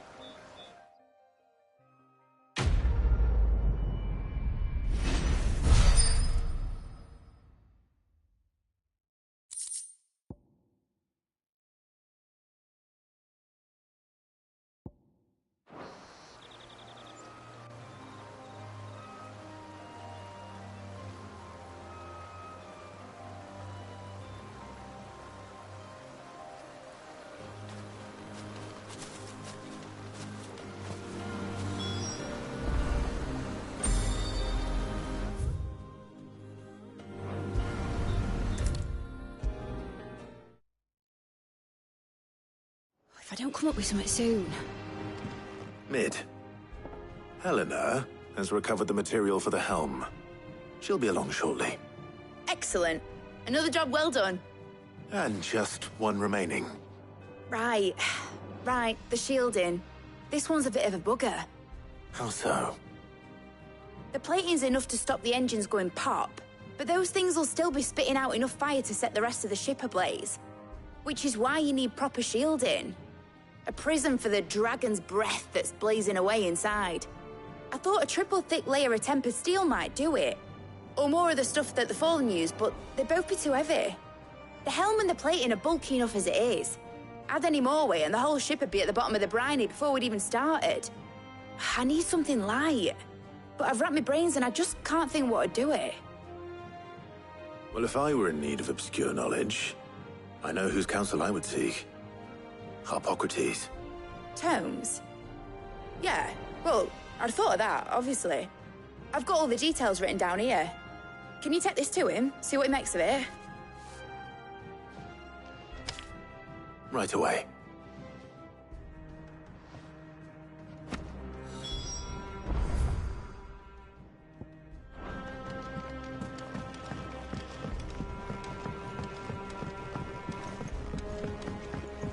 mid might need some... Editors started reading books that don't have any pictures in.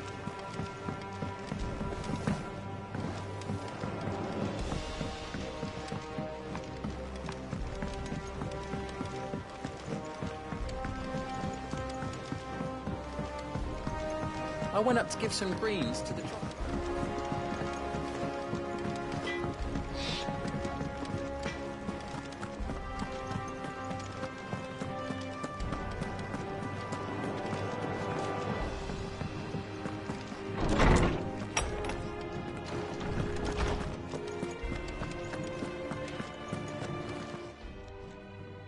Hippocrates, do you have a moment?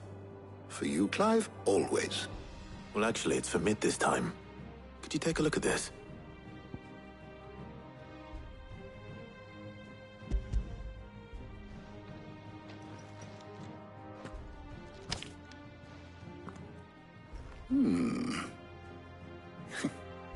Shielding for a mithril engine.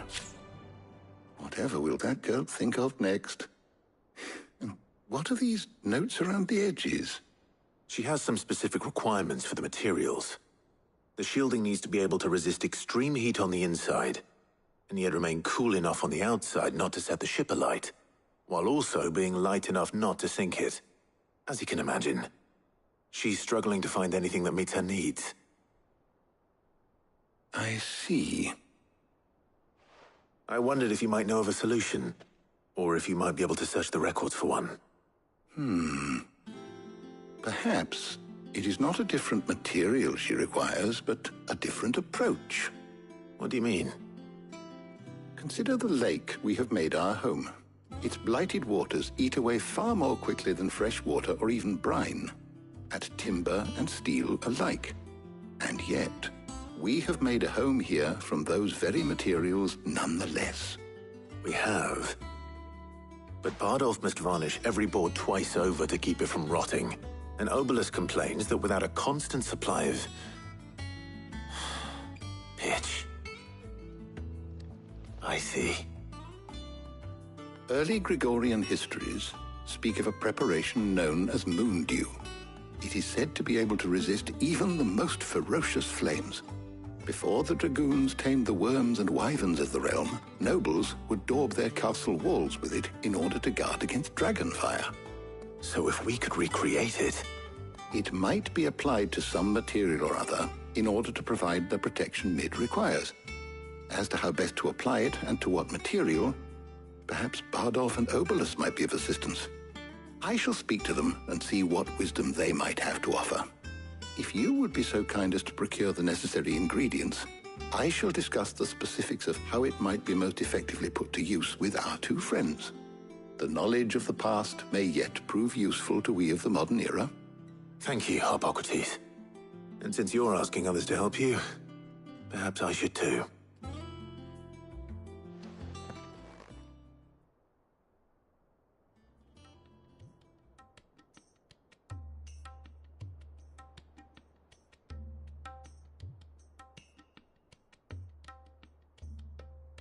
So you need a hand, do you? We do. I'll be heading to market for the ingredients we need.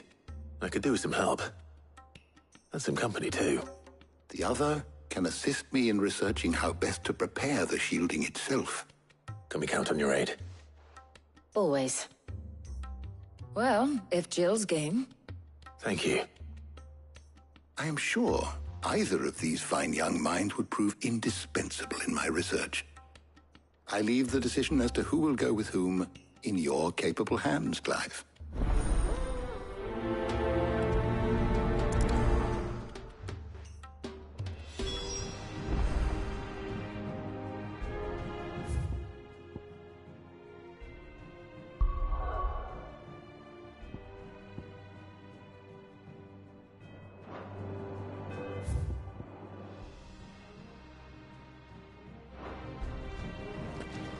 Shielding that guards against even the most ferocious flames. We could have done with some of that on Drustinus. I doubt I would have survived that place with or without it. A trip to Northreach, though, I think either of us could handle. So, Clive, have you made your decision? Who will accompany you on your little excursion?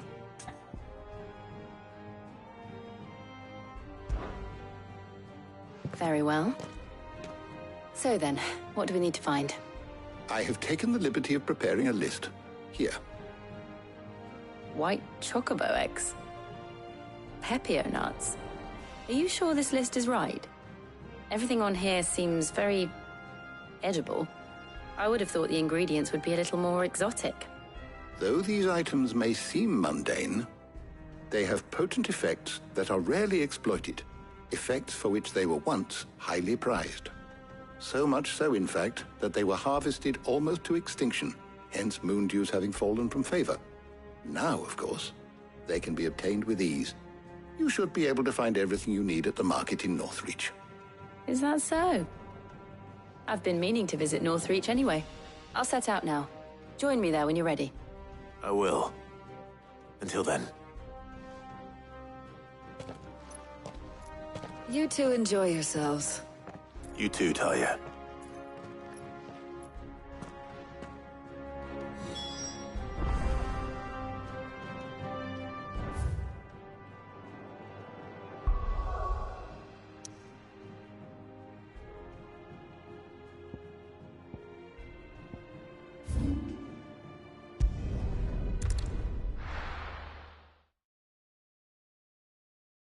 Now, where's Jill?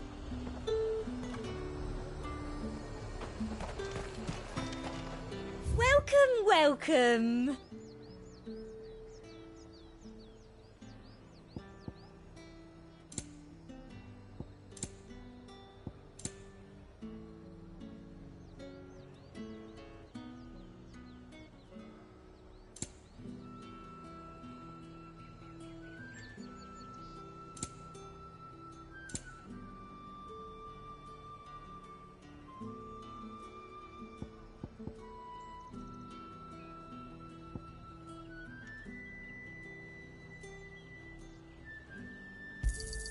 I do like a customer who knows what he wants.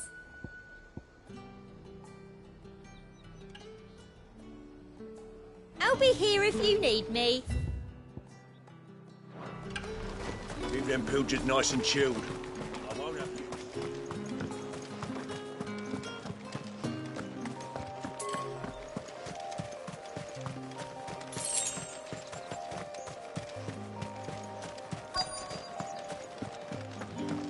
Are those Pepio nuts? I can never tell.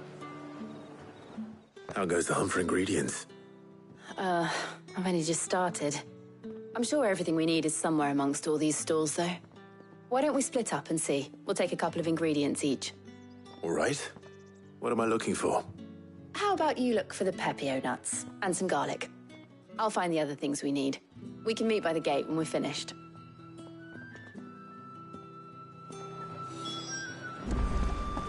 Up! You'll not find a bruised pippin in them. Fresh cuts! Come and get them before... What can I interest you in today? I hope it's to your liking. Good day.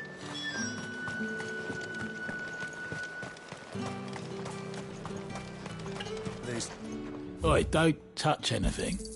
And thanks for nothing. That's everything. Let's see how Jill's getting on.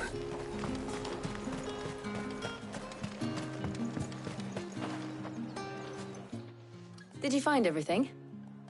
I did. Here.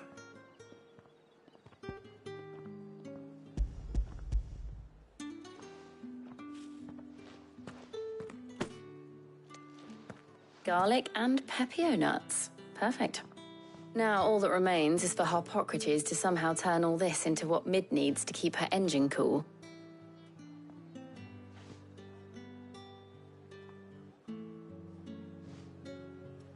But before we head back, would you walk with me a while?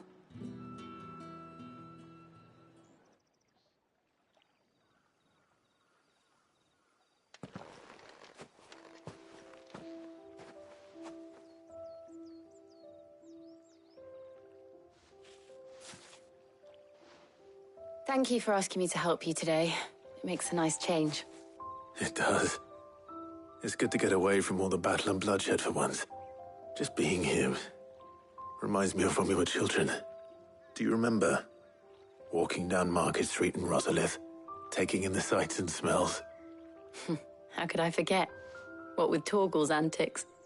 Remember how his nose would prick up at the scent of sausages? He'd go racing away and we'd have to go running after him. We wouldn't catch you now, would we, boy? Was there anything you wanted to buy for yourself while we're here? There was, yes. Well, sort of. Molly in the kitchens told me about a place that sells particularly good pies. Thought you might like to share one with me. I would. Thank you. And I saw some bread.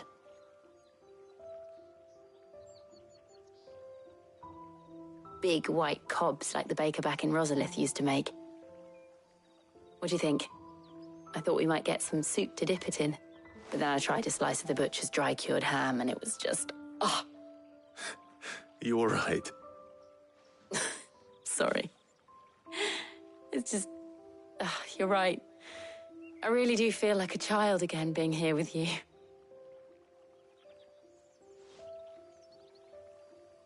Clive. Is it wrong of me to enjoy this? No, Jill. This is how life should be. And it's how our lives will be when our work is finally done. When we can live on our own terms. I hope so. Thank you, Clive.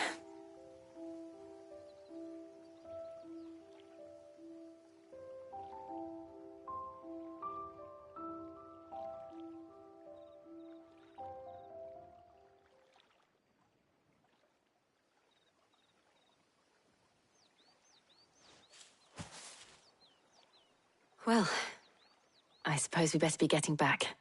I need to give these ingredients to Harpocrates and Talia. I'll see you at the hideaway. Take care. I will. You too.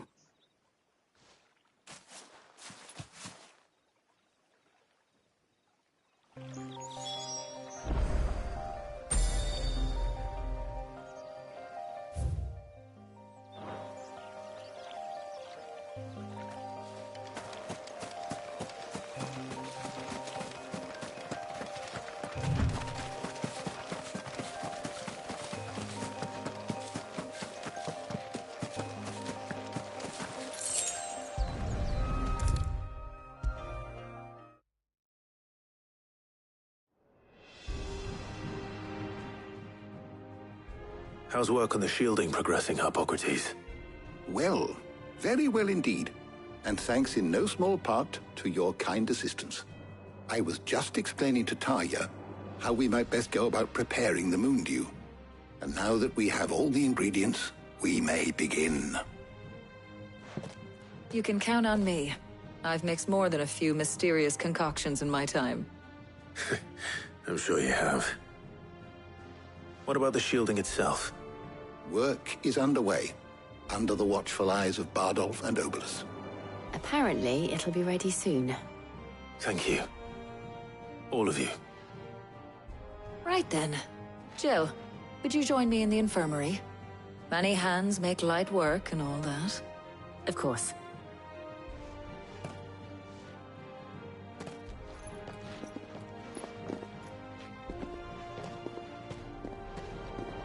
Oh, and Clive, thank you. It was nice just being with you.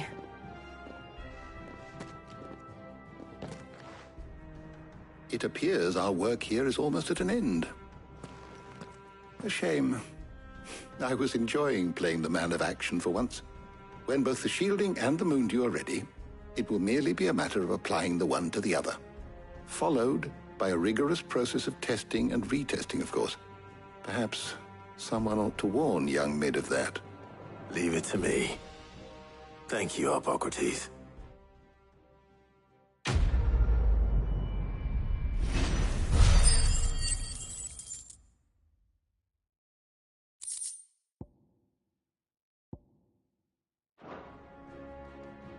Well, I better go and give Mid the good news then.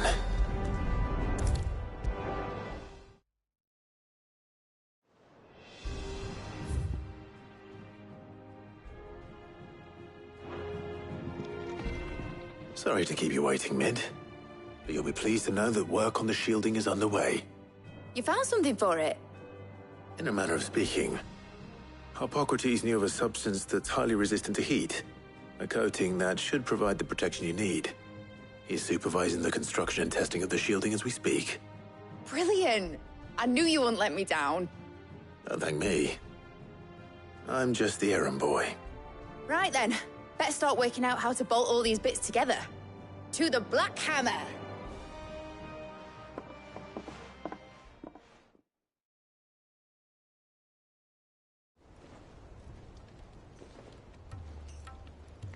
You know, when I got into the smithing game, I thought I'd be making swords and shields, not thermal bleeding didgeridoo-dahs.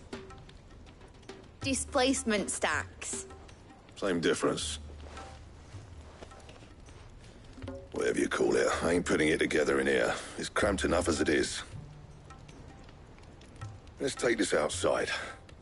Mid, you get all the parts lined up on the deck. I'll take care of the rest. On my way! Oh, and bring me the biggest hammer you can find. This is gonna require some precision walloping.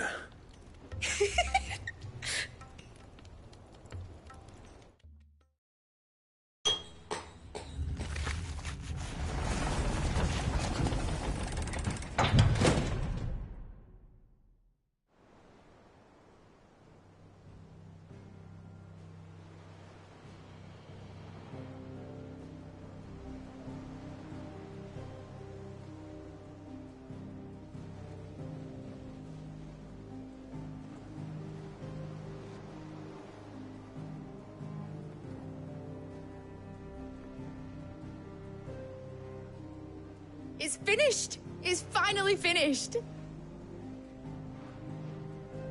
Thank fuck for that. I'll be feeling my hammer arm for weeks. Thank you, Clive, Blackthorn, everyone. That's one down and just 3 more to go. I'm sorry. Oh, didn't I tell you? The Enterprise has 4 mithril engines, and we'll be needing a displacement stack for each. You don't mean... Don't worry. Now they've got a finished one to work off. My gang in Canva can build the rest. Good luck to them, I say. Right, I'm off to get a sling for this elbow. Any other work comes in, keep it to yourselves, eh?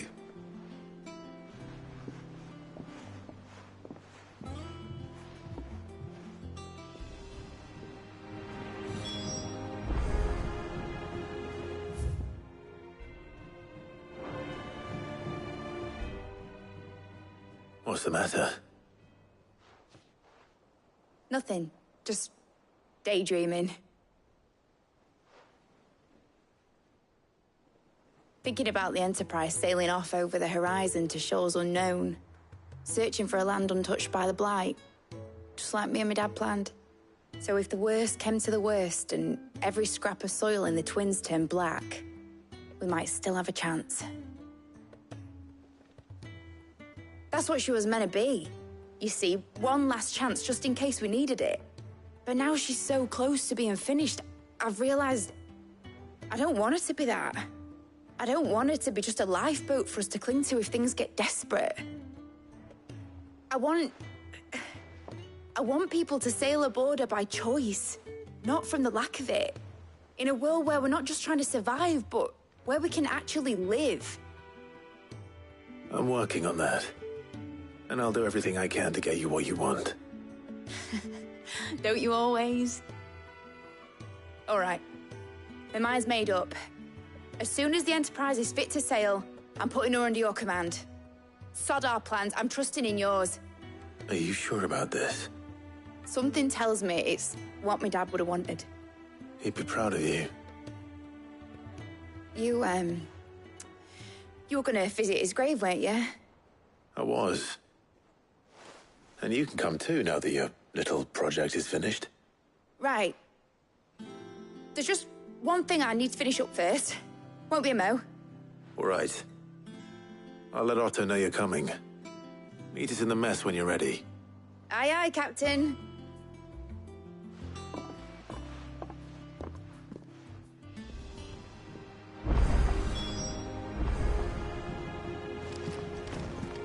Is that the thing Tomes helped?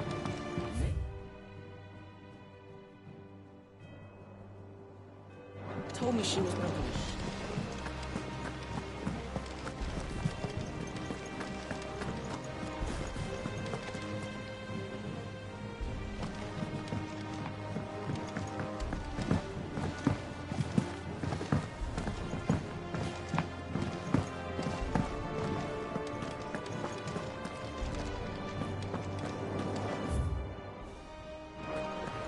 He cracked the crystal too? You're joking.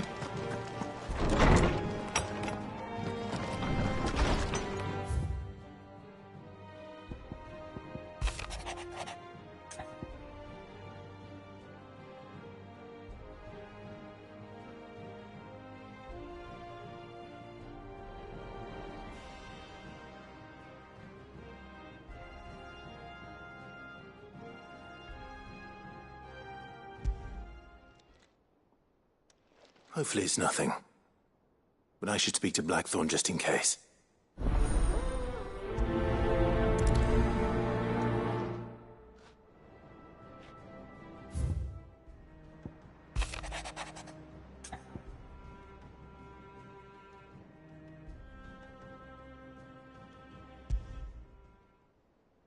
What could be wrong with Torgor? He seemed well enough when I last saw him.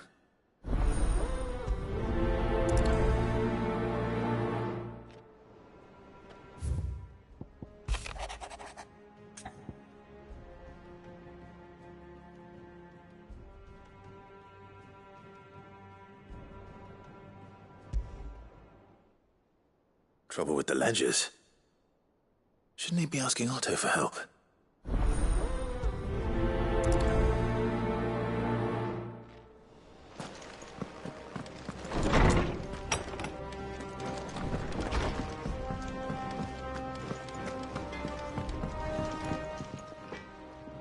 Blackthorn, do you have a moment?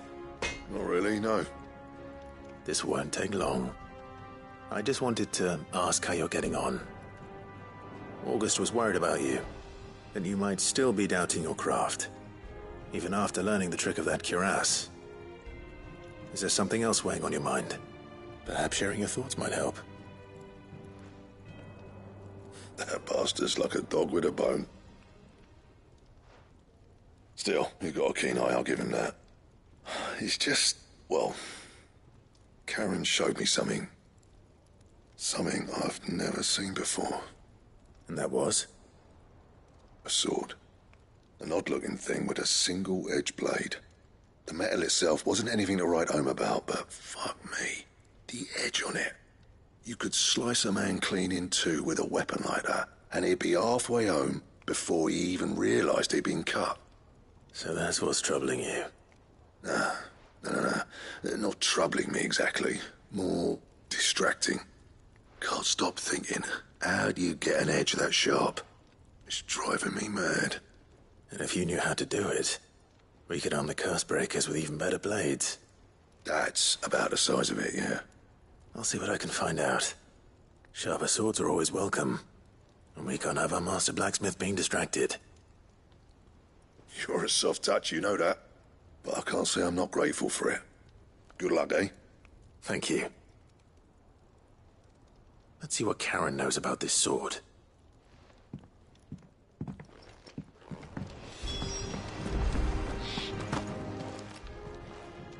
I got your note. You think something's wrong with Torgor? So you can read. Congratulations. But I didn't say I were wrong with him. I said something weren't right. He's not been eating me treats. He used to love cracking the bones from Molly's boiled brown, but now he won't so much as look at them. Didn't like him. Which is why I'm of a mind that his mind's on something else. You've not been working him too hard, have you? No harder than usual. Is that it, boy? Do you need a rest? What was it you said he was? A frost wolf? That's what the lawsman seems to think. Then maybe this all has something to do with whatever it is that's woken inside him. I suppose things have been different since Rosalith. Perhaps Hippocrates knows something. Instead of everything, you mean? Perhaps.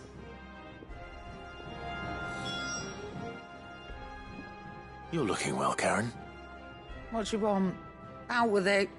I want to know about the sword you showed Blackthorn. Single-edged and extremely sharp.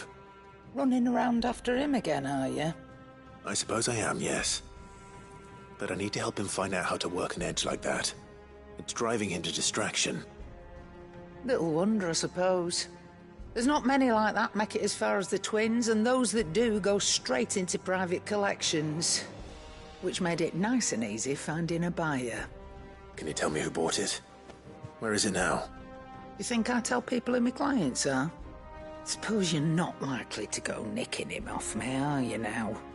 Fine. If you stop mooning at me like that. Lord Ignac's the man you want. Dalmekian bloke. Collects weapons and the like. And he's got more money than sense, which is why he's one of my favourite clients. Reckon he'll still be at the inn in Dalamil, where I left him. Thank you, Karen. Oh. And he's a touch eccentric. If you take my meaning. I appreciate the warning.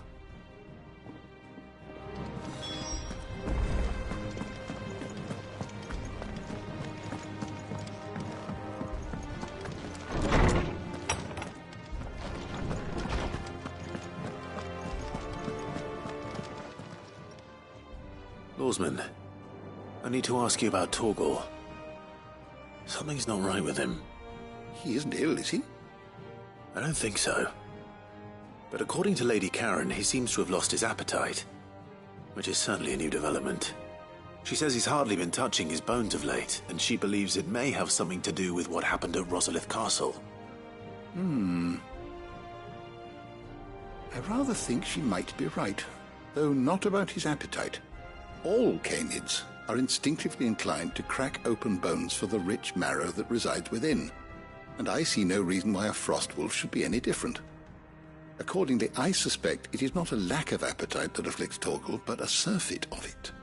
If we assume that his newfound magics require additional nourishment to sustain, it may well be that the bones Lady Karen is accustomed to providing are no longer sufficient. Frost wolves, after all, habitually prey upon far larger animals, whose bones may yield altogether different nutrients. As to where one might find a suitable substitute, some antelopes that graze the meadows of eastern Rosaria have been known to grow to a size more than double that of their lesser cousins. I don't recall ever seeing any that large. And little wonder. The oldest and largest such creatures rarely leave the safety of the highlands for fear of predators. The last elder antelope sighting I recall hearing about took place near Cressida, and that was long before the village was abandoned. Even so, it seems like a good place to start. Good hunting, Clive.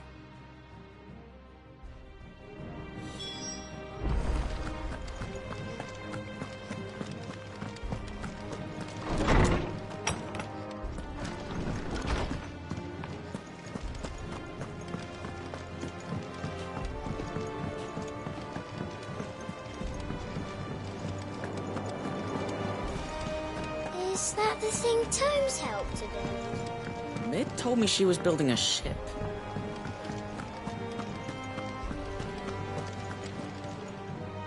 Clive, did you get my letter? That's why I'm here. Shh. I don't want to be listening.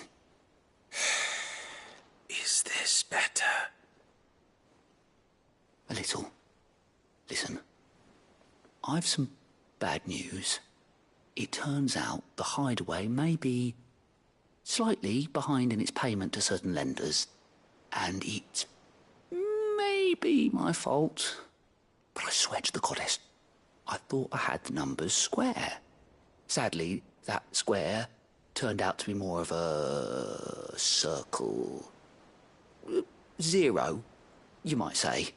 I can straighten it out, I swear, but it's going to take some time, and I'm going to need help keeping it from Otto.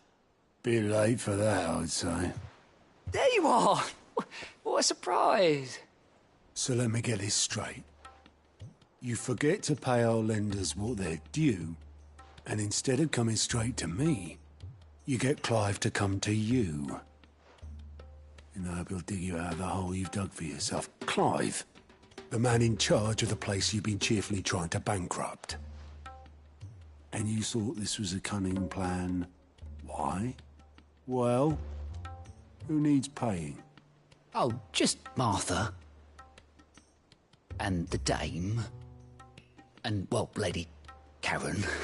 But only 500 talents. We owe 3 of our most trusted friends 5 million gil. Each. 5 million each. They lent us the bulk of the money we used to rebuild the hideaway, you see, and, well, I must have made some sort of oversight. Those ledgers were my responsibility, and it was my decision to entrust them to you. This is my fault. Do we have that much to hand? I can always ask my uncle. No, we don't. And no, you won't. We've lightened Lord Rosfield's purse enough.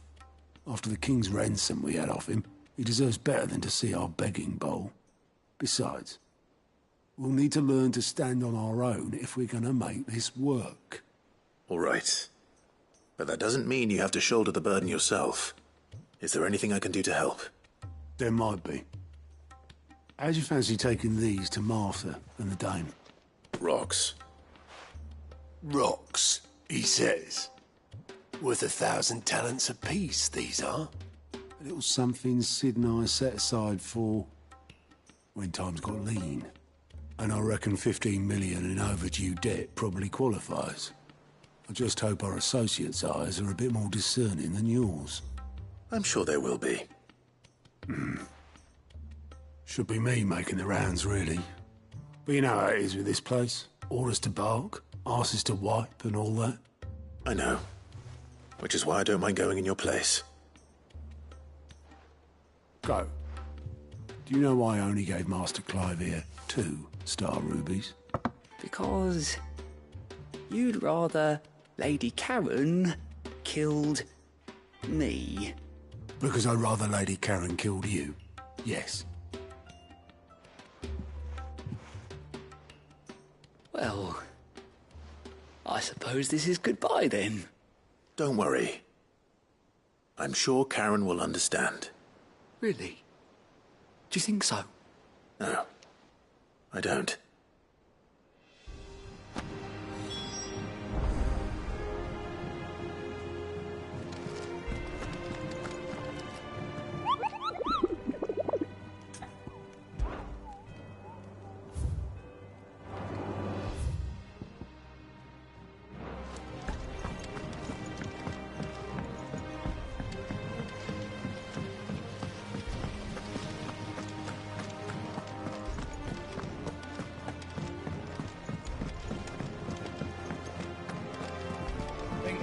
Might need some help.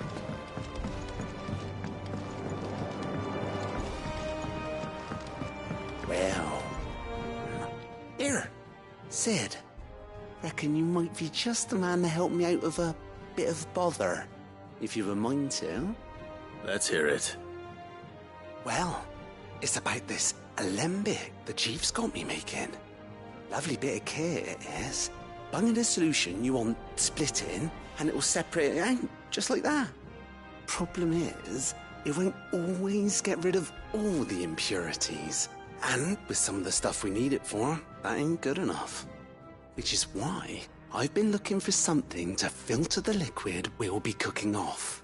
And that's where I was hoping you could help me out. I imagine Ty could get some use out of this alembic too. Distilling medicines and the like. All right. Why not? Proper job! So what exactly do you need for this filter?